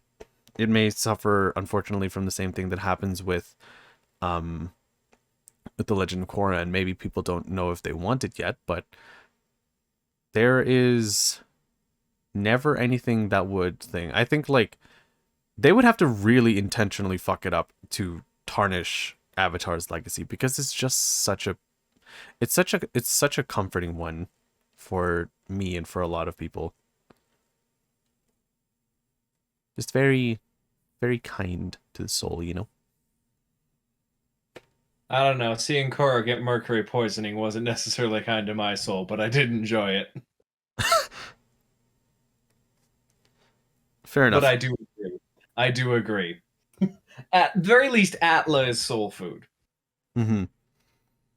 Yeah, just how do I make this comparison? It's like, I'm not even gonna try. I don't have anything. I didn't have anything like to compare it to, but yeah. If everyone's okay, then we can start closing off. Put a bow on it. Call it done. Brooke, Gabe, any final thoughts? I think I'm good.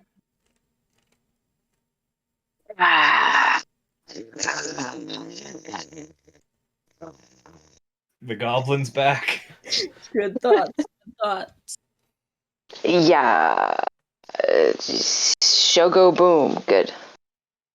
Okay, well, that's a bit of thing. That's a bit of a mystery for everyone listening. Determine what that means to yourself. I have no goddamn idea. That being said, we'll start closing down for tonight. So, thanks everybody for listening in. We are the Ink Guild on social media, or we are at the Ink Guild on social media on TikTok, Instagram, and Twitter. We have a Tumblr. We have a Tumblr run by Marie-Soleil where you can also follow and keep up with us that way. However, if you want to keep up with us on our homepages, we are at the Ink Guild on YouTube and the Ink Guild podcast on Spotify. If you want to find all of our links as well as all of our videos so far, you can check out our Wix site. You can check out our Wix. And you can also follow us individually through the social media links in the description below on YouTube, as well as in the homepage on our Spotify. And of course, if you're ever willing to connect with any of us individually, then please do. We would love to hear about your thoughts on The Legend of Korra, on the season so far, and anything that you would like to share, whether you are a creative writer or a fan of the Avatar: The Last Airbender series, or just a new person wanting to find out what this channel is all about. But I didn't really have a ending segment in mind for this episode, and unfortunately, because it has gone pretty long, then it's best we just kind of start closing down right now. So thank you everybody for listening in. Have a good night, have a good morning, or whatever time in the day it is. Have a good one. Bye. Bye. Bye.